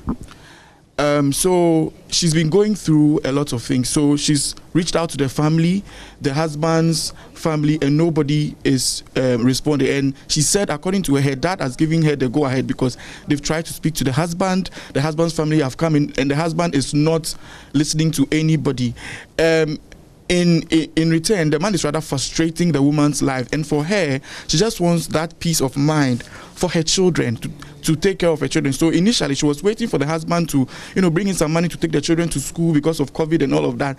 The husband was not doing that, so she, doing petty business, has taken the children to school, sewn uniforms and all of that, and she's just frustrated. So when she called earlier, we assigned clinical psychologists to her, and then she went through a series of psychotherapy, and through that, then the legal officers also took over. Social welfare was very helpful in this case, meeting her at in her place where she was, making some assessments, and even filing the case in court. So that's the progress that we've made with our clients, and she's happy that from the time she called and now we've been able to make this progress. And now that we have reached the lawyer who has been assigned to legal aid to support her case, she knows that the case will see the light of day and she will be happy. Great. Are you married? No. Okay. I know that not all of you here are married, but you're receiving some huge cases with marital issues and all. This can have a way of having a toll on you guys. So do you get personally connected to the stories you hear? We do. And as you can see, I'm the only gentleman here. And sometimes when women call and their children, and sometimes you hear men shouting at the background, you understand, and they tell you the woman, like the husband is treating the child badly, they've thrown them out of the room and all of these things.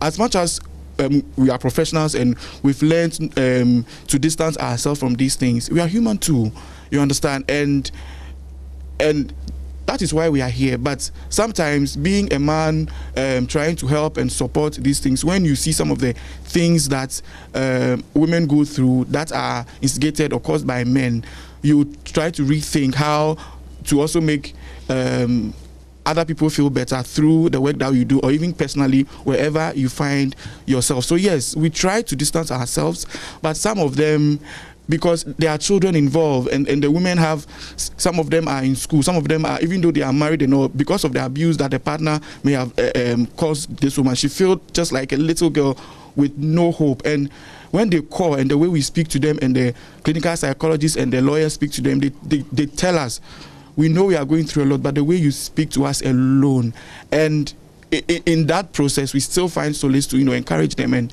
walk with them through the journey. So yeah, we sometimes get attached to the issues and stories. Okay, you don't have to apologize for that. Let me ask how, I mean, do the stories get to you? Yes, personally they do. I mean, I side what my colleague Oko said. Some of the stories, you just sit back and ask myself, if I'm in this person's position, what am I going to do? And at the moment, you get to understand why the person is crying, why the person says that, okay, because of my children, I want to stay. And then why the person now wants to make a decision that, no, I'm fed up, I want to seek help. You know, so some of these stories get to you personally. You just want to say, okay, how do I build myself up professionally so that I don't get mixed up with my emotions with some of these cases that comes in. So, I mean, sometimes amongst ourselves, we try to provide support for each other, you know, listen, speak it out, seek support. If you think the case is beyond, you just refer to my other colleagues to just handle it and see how best you can also, you know, breathe and come back to take over the case that comes in here. Have you broken down before? Yes, I have. You know when you said sometimes you give it to a colleague and then you... Yeah, okay. I can understand it's a tough job, really. I'm coming to you in terms of how this personally also affects you. Oh, yeah, it does a lot. And how do you handle it? Okay, just like my colleague said, we talk amongst ourselves, we cool each other down, we wash off the tears, then we come back to handle the cases. Well, we thank you for what you do here, really. And I'm just talking to team members here at the Orange Support Center. They've been sharing the experiences with the phone calls that they receive, the kind of issues that are brought forward to them. You heard the many experiences. Let me just excuse myself because she's just picking a call. What keeps you on the job? I mean, this can be, like as they shared, and I'm sure it's the same with you, it can be emotionally draining. What keeps you going? I think most of us here know that we are not just working. I don't want to go religious, but also fulfilling purpose. And we know that we are helping somebody out there. Even if we break down, we've also been taken through some trainings. In our job, we also show empathy. And it's in that empathy we try to help people. And when we know that when they come back, we hear a success story, we hear, you know, I'm fine now, have been checked into the domestic, into a shelter, those success stories actually, you know, gives us the pump to go the next day. So maybe I can just ask you guys as well, what keeps you going? Maybe Oko. So I grew up in a community where issues of SGBV, they are very rampant, and so curious enough, I started asking questions. Why is this way? Why is it that way? And my grandmom and my mom and those around me, my dad as well, explained some of these things to me. So right from childhood, and the questions and the curiosity we generated, wanted to know how you can contribute to it. And so that is what ushered me into this line of work and all of that. So despite the challenges, you know that you are touching people's lives, and the feedback we get from them, like Abolaji said, just by the client knowing that she won't commit suicide anymore and she's smiling, that's alone, you know, we'll all be happy here and smiling because we know that we have touched somebody. So that's one of the greatest motivation that keeps all of us going over here. Nice. If I call the number 0800 111 222 and I spoke to Oko and I called again and I said I wanted to speak to Oko, is that allowed? Oh, okay. Yeah. But, you know, don't people get personal with you?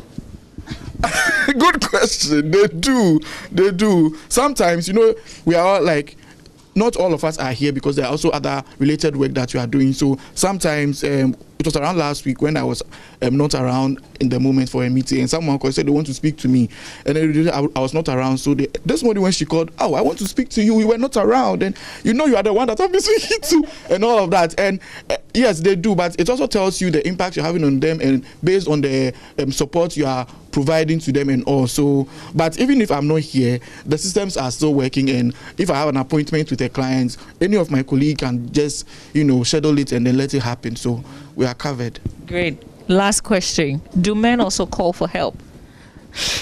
They do. And it's even surprising that most of the cases that come are either abuse or also divorce. Yes, and it's quite exciting because you know that the myth surrounding that, the fact that it's only women who are easily abused or women who easily opens up to talk about these things is being break because of this support center, because I can see your face, you don't see me, but we are able to find solution to your problem, and that is the essence of all this that we are doing. So men do call, and when they call, they stay through. They are usually consistent from stage one. If it's psychosocial support, they listen, they go through the process. If it's legal support, they go through the process, and they go through to the end, and they come back with feedback saying thank you, or I really appreciate your time, you have helped me. And if there's a need for further referral follow-ups, they do get back to us, and then they receive support. So men do call. You can call if you notice it anywhere. Okay. Yes. So it may not be happening to me, but it could be happening to somebody else. Yes. And I still can call your hotline. Please, yes. We actually encourage even what we call whistleblowers. If you see something, please say something, because by that you might be saving a life. A couple of weeks ago, and I mean a couple of weeks ago, just last month, I saw something in the newspaper which said that there was a man that was beating the wife in the night. And neighbors came in to they wanted to come in to save the woman from the man. And the man threatened to kill anybody that comes near. So eventually the neighbors left. By the next morning, the woman was dead. The man had killed the woman. So if you let us know when you see something, the person does not have to be your sister, it doesn't have to be your friend or anybody at all. If you notice gender-based violence anywhere, please let us know so that we can intervene. If we get to know of anybody that is in danger, in any form of danger, we can let the police know so that the police can save a life. At the same time, if we know, we can provide support in different ways. So please, it's not just an issue of if you need it. If you see somebody that needs support, please call the line. It's toll-free. So it doesn't cost anybody. The one that we had last year, based on which you can call the police, is such that you will still have to pay when you are making that call. So this one is toll-free. You know, your story reminds me, there was an incident in Takrady. A man had killed his girlfriend. There was another incident in Hull, coincidentally. It was also the same. And neighbors, there's a co-tenant, had said they heard noises overnight, but they didn't reach out, only to discover the following morning that the ladies had died. Yeah. So yeah, if you see something, say something. Yes, and you see, these are cases in which people kill people physically. There is another case, there is another set of murder cases that we are not even looking at this point in time, and that is those who are impregnating teenagers. That in itself is gender-based violence, because it's only a child that is 16 and above who can give consent. So in a situation whereby you don't, the girl does not have a consent, and then she becomes pregnant. The reason why I'll call it murder is this. There's a certain percentage of mothers, of pregnant people, who will die as a result of complications of pregnancy. And it becomes worse when they are children, when they are teenagers, because as at that time, most of those teenagers, because we even have children as young as 10, age 10, who are getting pregnant in this country at this point in time. And so their bodies are not yet ready to undergo the rigors of pregnancy. And when that happens, it might lead to death, or it might lead to some permanent form of injury that they will have to live with for the rest of their lives. And some of them also are such that psychologically, they might not be able to cope with the rigors of pregnancy or parenting. So we'll be saving a life by reporting something that we see. The problem that I see right now, which is what I think is major, is that nobody's asking questions from those people who are impregnating teenagers. We should be asking questions because those guys are murderers. And because when they kill, it affects the society, it affects the conscience of the society at the end of the day. And people who see these things happening, we continue to perpetuate this because they feel it is right. So we need to spread the word out there. If you see something, anything related to gender-based violence, let us know. And many of those teenage pregnancies are actually happening in the household. So it is actually, many of you see incest happening. So these are things that we need to look at. Religious leaders and every leader that we have, there is the essence of having reproductive health education so that our children themselves can also know. So that as they grow up, if anybody comes near to touch them, either COVID-19 or not, if anybody comes to touch them, they know that this is where this person is leading to, they stop it. Well, Nii, thank you very much for this tour. Thank you very much. For allowing us into this virtual service center. Thank you. Okay, and providing the service, Yes. really. Thanks a lot.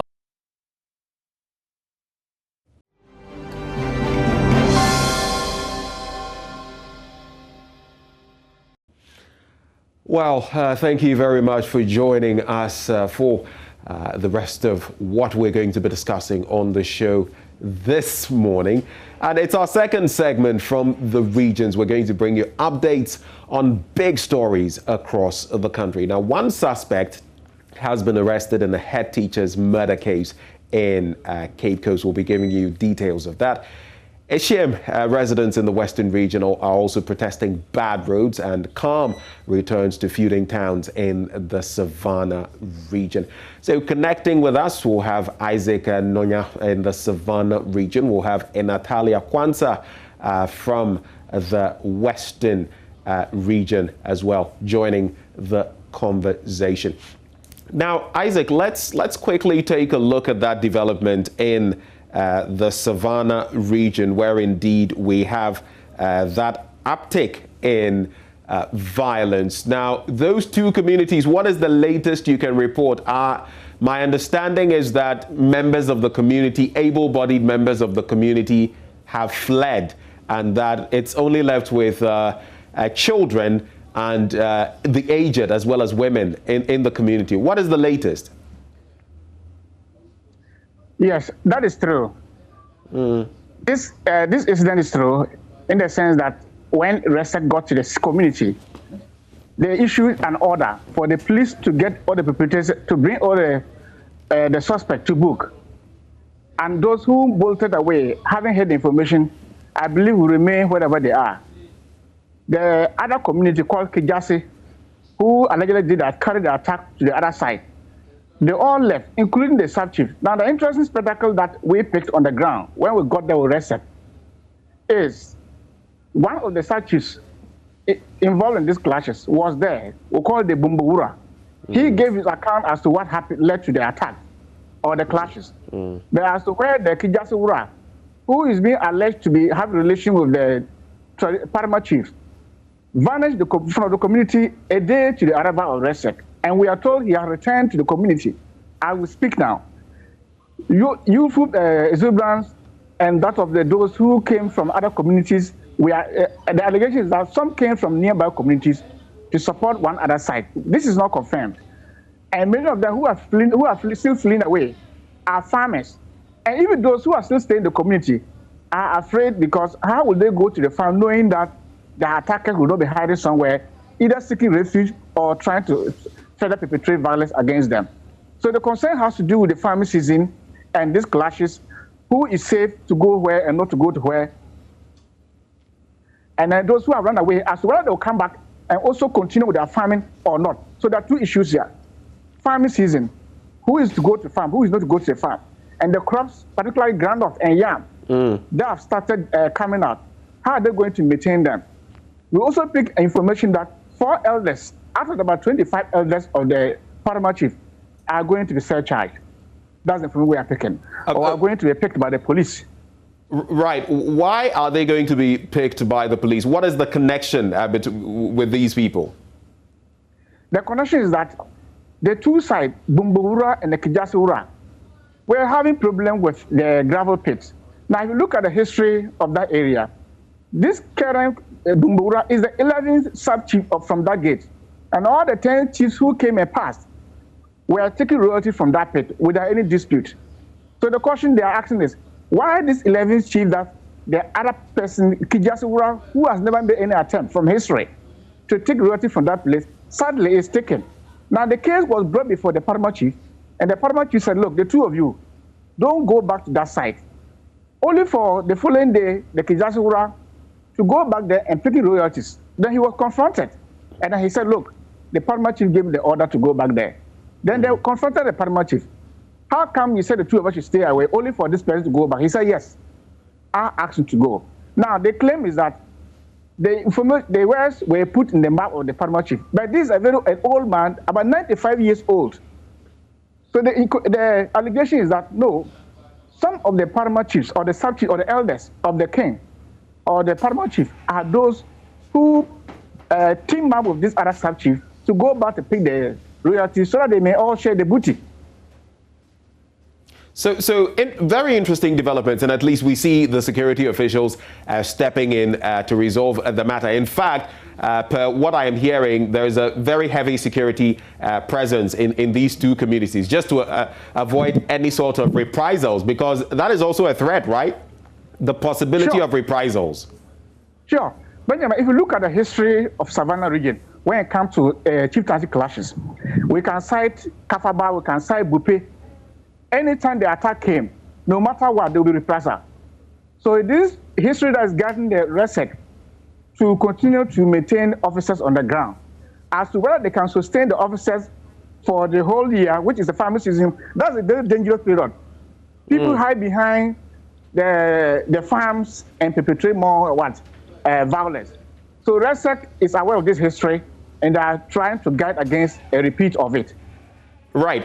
These farms that have been abandoned, especially the groundnut and yam farms, what could be the social cost, even monetary cost to people in the community? A lot of them can't go back to the farms. They are afraid to do so. The groundnut in particular, they will go back, they will be overtaken by weeds, and when the weeds overpower them, the fruiting becomes a problem. The yam in particular, these headmen are all over in the region and that place too.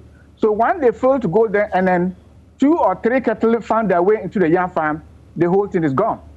And all the investment is equally gone. So the pains and the poverty and the hunger that will befall these two communities is going to be huge after the rainy season. So it is evident, it is clear that we need to resolve this quickly so that farmers can return to their farms. But tell me, what has been the general mood of the people in these two communities, especially the children, the aged, the women? What have they been sharing with you? Well, the women who spoke to us, some said, look, the thing didn't happen here. We are the Parliamentary, we are the Chief Palace, but it happened to the other side. We went to the other side, the other gate where they lost a relation, while a 48-year Idris Fusedi. They think that they have the right to own the place, but this attack that has befallen on them is unfortunate and they need justice. You wouldn't hear from the other side to say anything. But the women in particular are thinking that this season is good for them. This is when they pick shea fruits and convert them to shea nuts and make some domestic money out of it to feed the household. In this case, they are going to suffer, and the men too are not there to guide. So 2 in 1, the children too, schooling is a problem now. How many women were able to carry their children and walk a long distance, about 5 to 6 kilometers, with their children to school? The threat cut across all the divides in the communities. And so far, just to wrap with you, Isaac, so far, the security apparatus there, what has been the latest achievement or development, apart from the rounding up of those people you spoke of earlier? On the part of achievement, I think for now, one, there hasn't been any arrest. Achievement is 0, because what both sides are expecting, especially the other side, the Bumbumura side, is to get the perpetrators arrested and then also give back their gravel pit to them. The perpetrator has not been arrested, the gravel pit has been closed down, and everybody is sitting doing nothing. So the security, until they get 1 or 2 people to arrest, and also for the police and the military on the ground are able to sustain the peace that they're keeping now, we will say that there isn't a 0 achievement for now. Isaac Nonya is our Savannah regional correspondent. Thank you so much for the insight, the light you've thrown on that issue this morning. But from the Savannah region, we come a bit down south, specifically to the western region, where residents of Hashem have been protesting bad roads, terrible roads, in fact. And they say that, some activities of trucks also creates, further exacerbates the situation in that stretch. We have joining the conversation Natalia Kwanzaa, who is our Western regional correspondent. Natalia, thank you so much for joining us this morning. I see those coconut trees behind you, lovely scenery. So do tell us, though, this is not a lovely situation because the residents are really upset about the bad state of their roads. Tell us about how bad the situation is, really.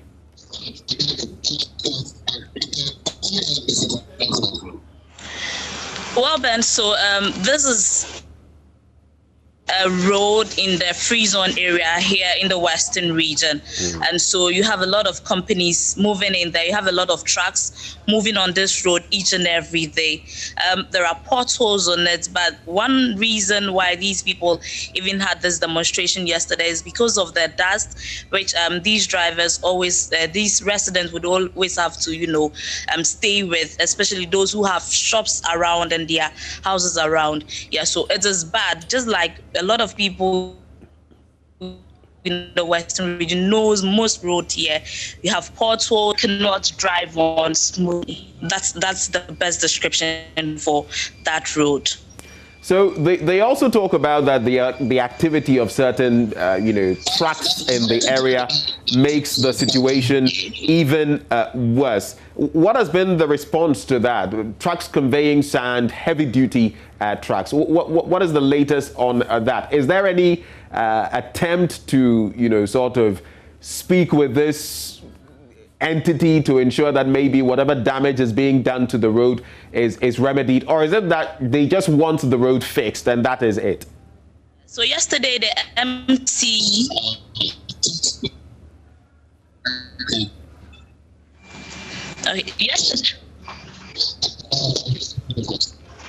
Yes, Ben. So yesterday, the MCE, Abdul Momen, was in the community to speak to the residents of those companies within that enclave and has spoken to them that as part of their corporate social responsibilities, they should take some projects up in the community. They should try and then have peace with them.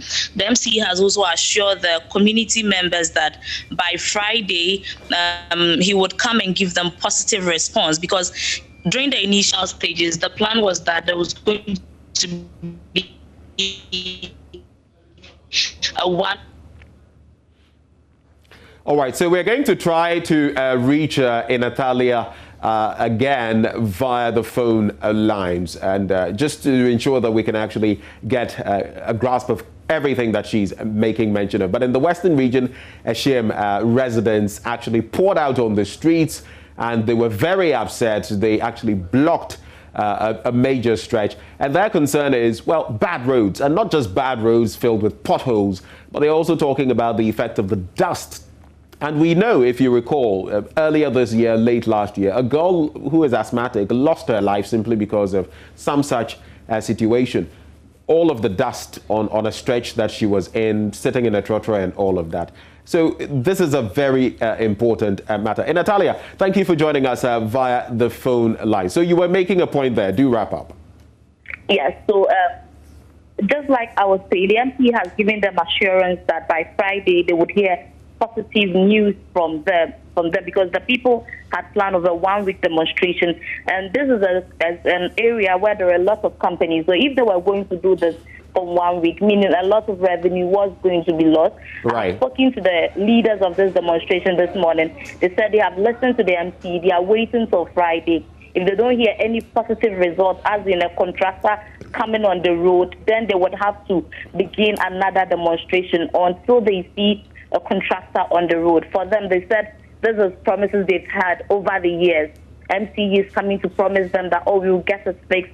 And then they stop. This is the third demonstration in 2 years, and then they stop, and then that will be it. So this time they are bent on doing another demonstration if they don't hear any positive news by Friday. Now, what was the effect of this demonstration on the Impiting stretch? Because they pretty much blocked the entire stretch, like you can see in the background. You were there in Natalia Kwanzaa. What was the effect of this on motorists? Yes, but so this demonstration was done at various points in on the road. So if you are a driver and felt that there is another route to get somewhere, you use that route and then you get there, and then the abandoned cars are there. So to this, yes, from Monday 11 p.m. to yesterday, everyone had to stop everything. Cars were stranded. People could not move into the community. The police came, but they couldn't move in because these people had blocked the whole place. So if you would want to walk, then you would have to get down and then walk. But if you were coming into the communities on that stretch and you thought of using a vehicle or anything, there was no access. Everything was brought to standstill yesterday. So I guess the resolution now in Natalia is that residents are going to wait till Friday and see whether anything will change, whether the entity in question will start doing something on that stretch, whether a contractor will come there. And if not, then we shall hear from them. Are there any threats of any more demonstrations? Then can you come again? Are there any other threats of more demonstrations? I mean, after Friday, have the people expressed any desire that if they don't see any action by Friday, like the MCE said, they might pour onto the streets again? Sure, Ben. They said after Friday, if they don't hear any positive result, if they don't see a contractor on the road, we should expect another demonstration. And this time, they are not going to stop until they see that there is a contractor. They are not going to listen to any authority because these are promises they've had over the year. Natalia, thank you very much for connecting with us and for bringing us the latest in that development. Now, we've gone to the Western region and the Savannah regions. We've given you a kaleidoscope view of some of the happenings across the country.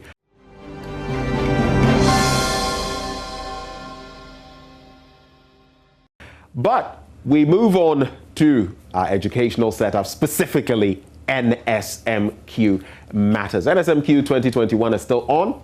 The Ashanti and Volta regions are in focus currently, and chiefs in the Volta and OT regions have worked to end the trophy drought in those regions. Malco girls actually won. Let's get the latest on that from Maxwell Agboba, who now reports.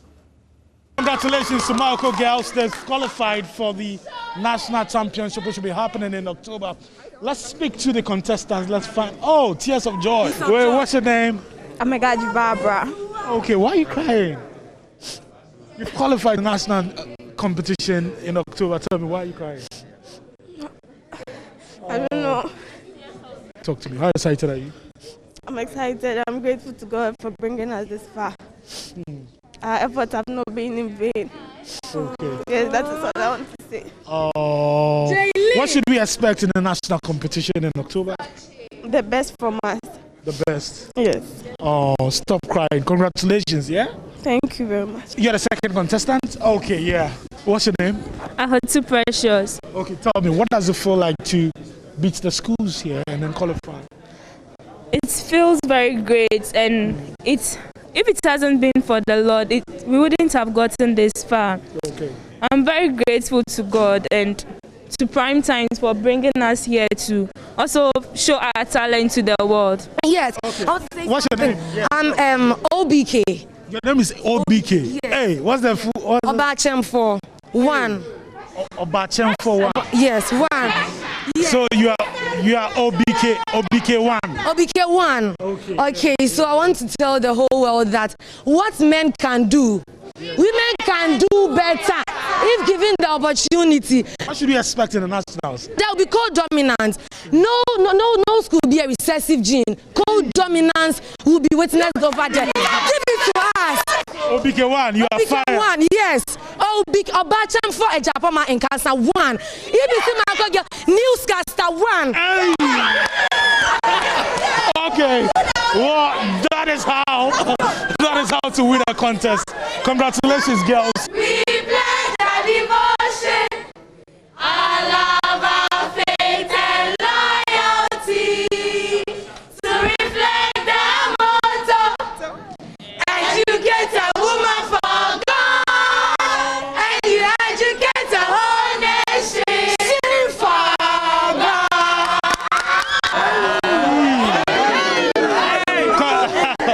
Congratulations, Sogasco. They qualified with one of the highest points that we've seen in this region and in other regions as well. 48 points. That's quite impressive from the guys from Sogakope Secondary School. Now tell me, how excited are you? The two of you, the contestants, you were on fire, man. Tell me, what was it like? It was actually, at the start, it was actually exciting, but getting to the speed race, we're coming up with some small mistakes. That's when our scores to just drastically decrease. Okay. And so now what we have to say now is we'll go back and prepare and then work on our mistakes, because the thing that affected our scores most is the speed race, which is just small blemishes. Okay. Yes. Okay. So what should we expect in the championship that will happen on Thursday and then Friday? Let's just expect the very best. Come again. Let's expect the very best from us. The very best? Yeah, the very best. Okay, which schools are you hoping to beat in the championship? Any school that comes into our orbit, we are going to clear them. Which schools? Mauli, Bishop Herman? We are ready for them. You are ready for Mauli, Bishop Herman? To give them a competitive contest at all. Okay. What should we expect in the national competition in October? National competition, we'll go ahead and continue preparing and come back with more vim.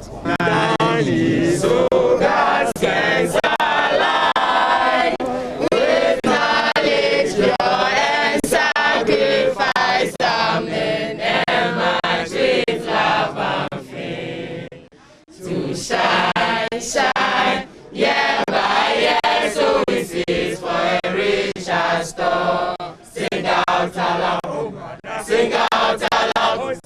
Also, God can sing out aloud. No cross, no crown, no tears, no diadem. Behold, the scepter comes, and victory is ours forever. Sing out aloud. And so the schools from the Volta and OT regions have vowed to actually come to the national contest and win something out of that. It would be interesting to find out from Maxwell Agbagba. These schools are threatening my school, Bishop Herman College. They are saying they are coming for us, but we'll see. Only time will tell. So that's the report from the Volta and OT regions. But Maxwell is live as he brings us the latest from those regions as far as the contest is concerned. So I guess it's fitting to call you Maxwell Agbagba 1, MAB1, because you were interacting with OBK1. What has the experience been like so far, Maxwell? OBK1, yes. Well, it's been great so far. We've had really heated contests yesterday. Especially for the contestants from Sogakope Secondary School. Yesterday, they put up a sterling performance here at the Nat Hall in Ho. In fact, in the round one, they had many of their answers, correct. It was in the subsequent rounds that they actually slipped a little bit, so they ended up with 48 points. But their performance generally was very good. Spirited performance that you could see the determination, to win. So, for a lot of people who came here yesterday, they are saying that Sogakope Secondary School is actually a potential threat to your school, Bishop Herman College, Mauli School, which will be competing today, and then the other schools which have been, considered as the pride of the Volta region. Many say that Sogasco could be the new pride of the Volta region. We're waiting to see that. But here at the Nat Hall, the schools have started arriving. The contestants from St. Paul Senior High School have arrived here. You can see right here, Vakbo Senior High School. They have also arrived on the ground. More will be coming here at the Nat Hall. But let me interact with the team from St. Paul's Senior High School. You're welcome to JoyNews. Thank you. Yeah, what's your name? Julius Bright Adade. Okay, you are the Science and Maths Coordinator, I believe. Yes, I'm the coordinator. Okay, tell me, St. Paul's, Sparkle. First of all, which school rules the Volta region? Volta region, I would say that Kita School, because consistently they have been at the semi-finals 3 times. And for the past 3 years, Sparkle has not been able to qualify to the national region, but national contest. So you are considered one of the best schools here in the region, right? This year we are qualifying. This year you are qualifying? Sure. Wow. No two ways about it. We have the third contest today. Just wait and see us. We are qualifying today. Well, why do you sound so convinced that you're going to qualify? Because I trained my boys. Oh, you trained them. How many months did it take you to train them? Some 6 months. 6 months? Yes. Okay. So they started the preparation 6 months? Yes. Okay. Would you say that is not enough? Because I know people, contestants who started like right from Form 1. It is enough to qualify us. It is enough to qualify you? Yes. Well, let me find out from the contestant himself. Hi, what's your name? Agbo Kingsford. Okay, Kingsford, tell me, how prepared are you? Well, as my coordinator said, we started preparation that's 6 months ago, but we believe with what we have done to be enough to qualify us. And yes, Sparkle has been out of the game for a very long time now, but we are promising that this year is the year of revival for St. Paul's. Oh, the year of revival? Yes. I like that. Tell me, which school are you hoping to compete against? You know, people tell me that the National Science and Maths quiz is not just a battle of, you know, which school is good when it comes to science and mathematics, but also for the bragging right, just to be walking around chest out and say that, look, we beat Bishop Herman College. Which school do you want to beat? Ketasco. Ketasco, why Ketasco? No, as my coordinator also said, Ketasco is one of the best schools in the Volta region because looking at their performances over the year, they have been consistent in going to the nationals and all that. So we are hoping to beat them because you have to be the best to be the best. So, yes. Kingsford, I like that. You have vibes. Let me speak to your teacher. Okay, what's your name? My name is Tokucha John. Okay, you're a teacher? Yes, I'm a teacher, one of the tutors of the Science and Maths quiz. Okay, what should we expect today? Oh, today, as my coordinator said, we don't have any other says about that. We are going to win hands down.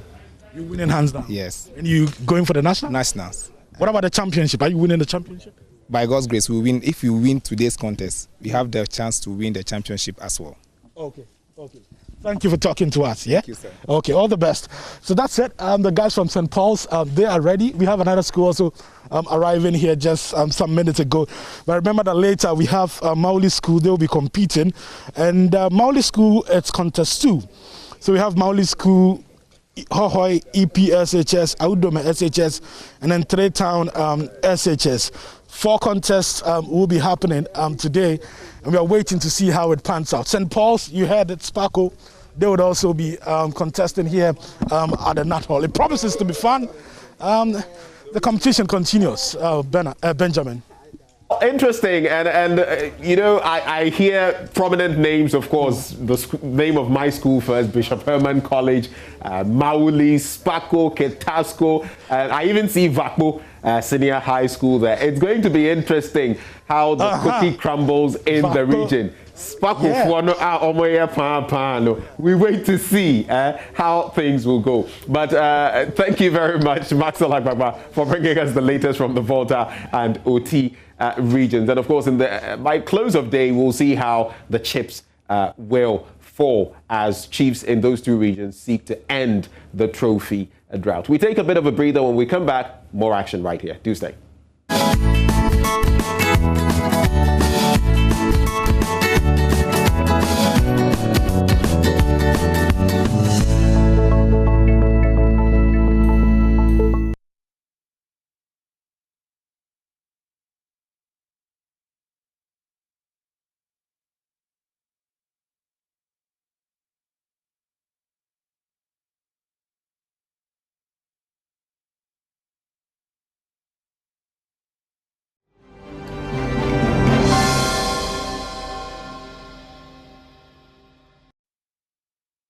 This is the AM show. You know, when we discover good things, we share, right? So this is one of those good things that we've discovered that we want to share with all of you. Now, how about one app that can help you make payments across? So this is not restricted. It's not like you have one short code that only allows you to do business related to just that product. But you can run across. That's what the conversation is about. These days, we really do not have plenty of time. So one-stop shop is what we are all looking for. My guest is Nelson D. Segla, CEO of Helgis Financial Technologies, and he's going to talk to us about Koba, money, kwacha. Did you bring some with you this morning? I'm looking for some. So if you find some, we can go. We can together go and bring it. Okay, so let's look for it together. But tell us what Koba is about. Well, as you aptly said, Koba is a payment platform that brings together all the networks to one part. So you easily and freely pay in your own time, whatever you want to pay for. We also have tried to make it available on multiple channels to make sure that irrespective of who you are or your what terminal you have, you should be able to have access to save yourself that time from running around. What is different and unique about Koba? After all, with the service that I am on right now, there's a short code that if I need to purchase products related to that service provider, I can get it. So why should I move to Koba? Well, the reason for Koba is that you find that we are what we call network agnostic. So we are not limited to one network. We cut across all the networks. So for example, you are on a single, as you said, you're on a service, and I'm sure you'll be moving once we are done. You're on a service, and therefore you can buy for yourself. How about you buying for somebody else on another network or another channel, but with the same service, the same wallet or whatever you have? These are things that we bring on Koba. We also, as I said earlier, that you can also access it from multiple places. So if you are a mobile application user, there's a mobile application platform that you can use. If you are a USSD or what we call the YAM phone users, you can also have the YAM in the USSD. And now we've actually taken the lead to also create within in-app or within an application. So in WhatsApp, you can actually, just whilst you are in your chat, can also switch to the Koba chat and be able to get yourself, perform the same transactions you would have done from your mobile app and all the like. Okay. So whilst we're having the conversation, we're also showing, your products on the screen. Explain. So people have to go to the Play Store to download the app. Yes. So for the mobile application, you go to the Play Store, you look for Koba, you download, you go through the registration process, quite a simple and straightforward process, and then you are on. You don't need to register any wallet, you don't need to have a unique or anything new. The beauty of what we have is that you keep where you are. So if you have your MTN mobile money, your Vodafone, whatever mobile money you have, or you even have your Visa card, and all the multiple transactional cards, once you have them already, all you have to do is to set them up on Koba, and you are free to start paying for any service that you want to pay for. Just like that? Just like that, simple. Okay, yeah. So I download the app, I sign up or register all these that you mentioned. That's right. And then just straight away I can start doing business? You start transacting. You start doing whatever you want to do. That is for the mobile app. For the USSD, all you need to do is to dial 365. There is no registration because the registration has already been done from your telco that we would have collected. And so once you dial your 365, you already registered on the network. And so you go ahead and perform your transactions. Also on WhatsApp, once you have WhatsApp, all you have to look for is to save 0242426. You have to come again with that. Please take your time. Sorry, that was a big fast.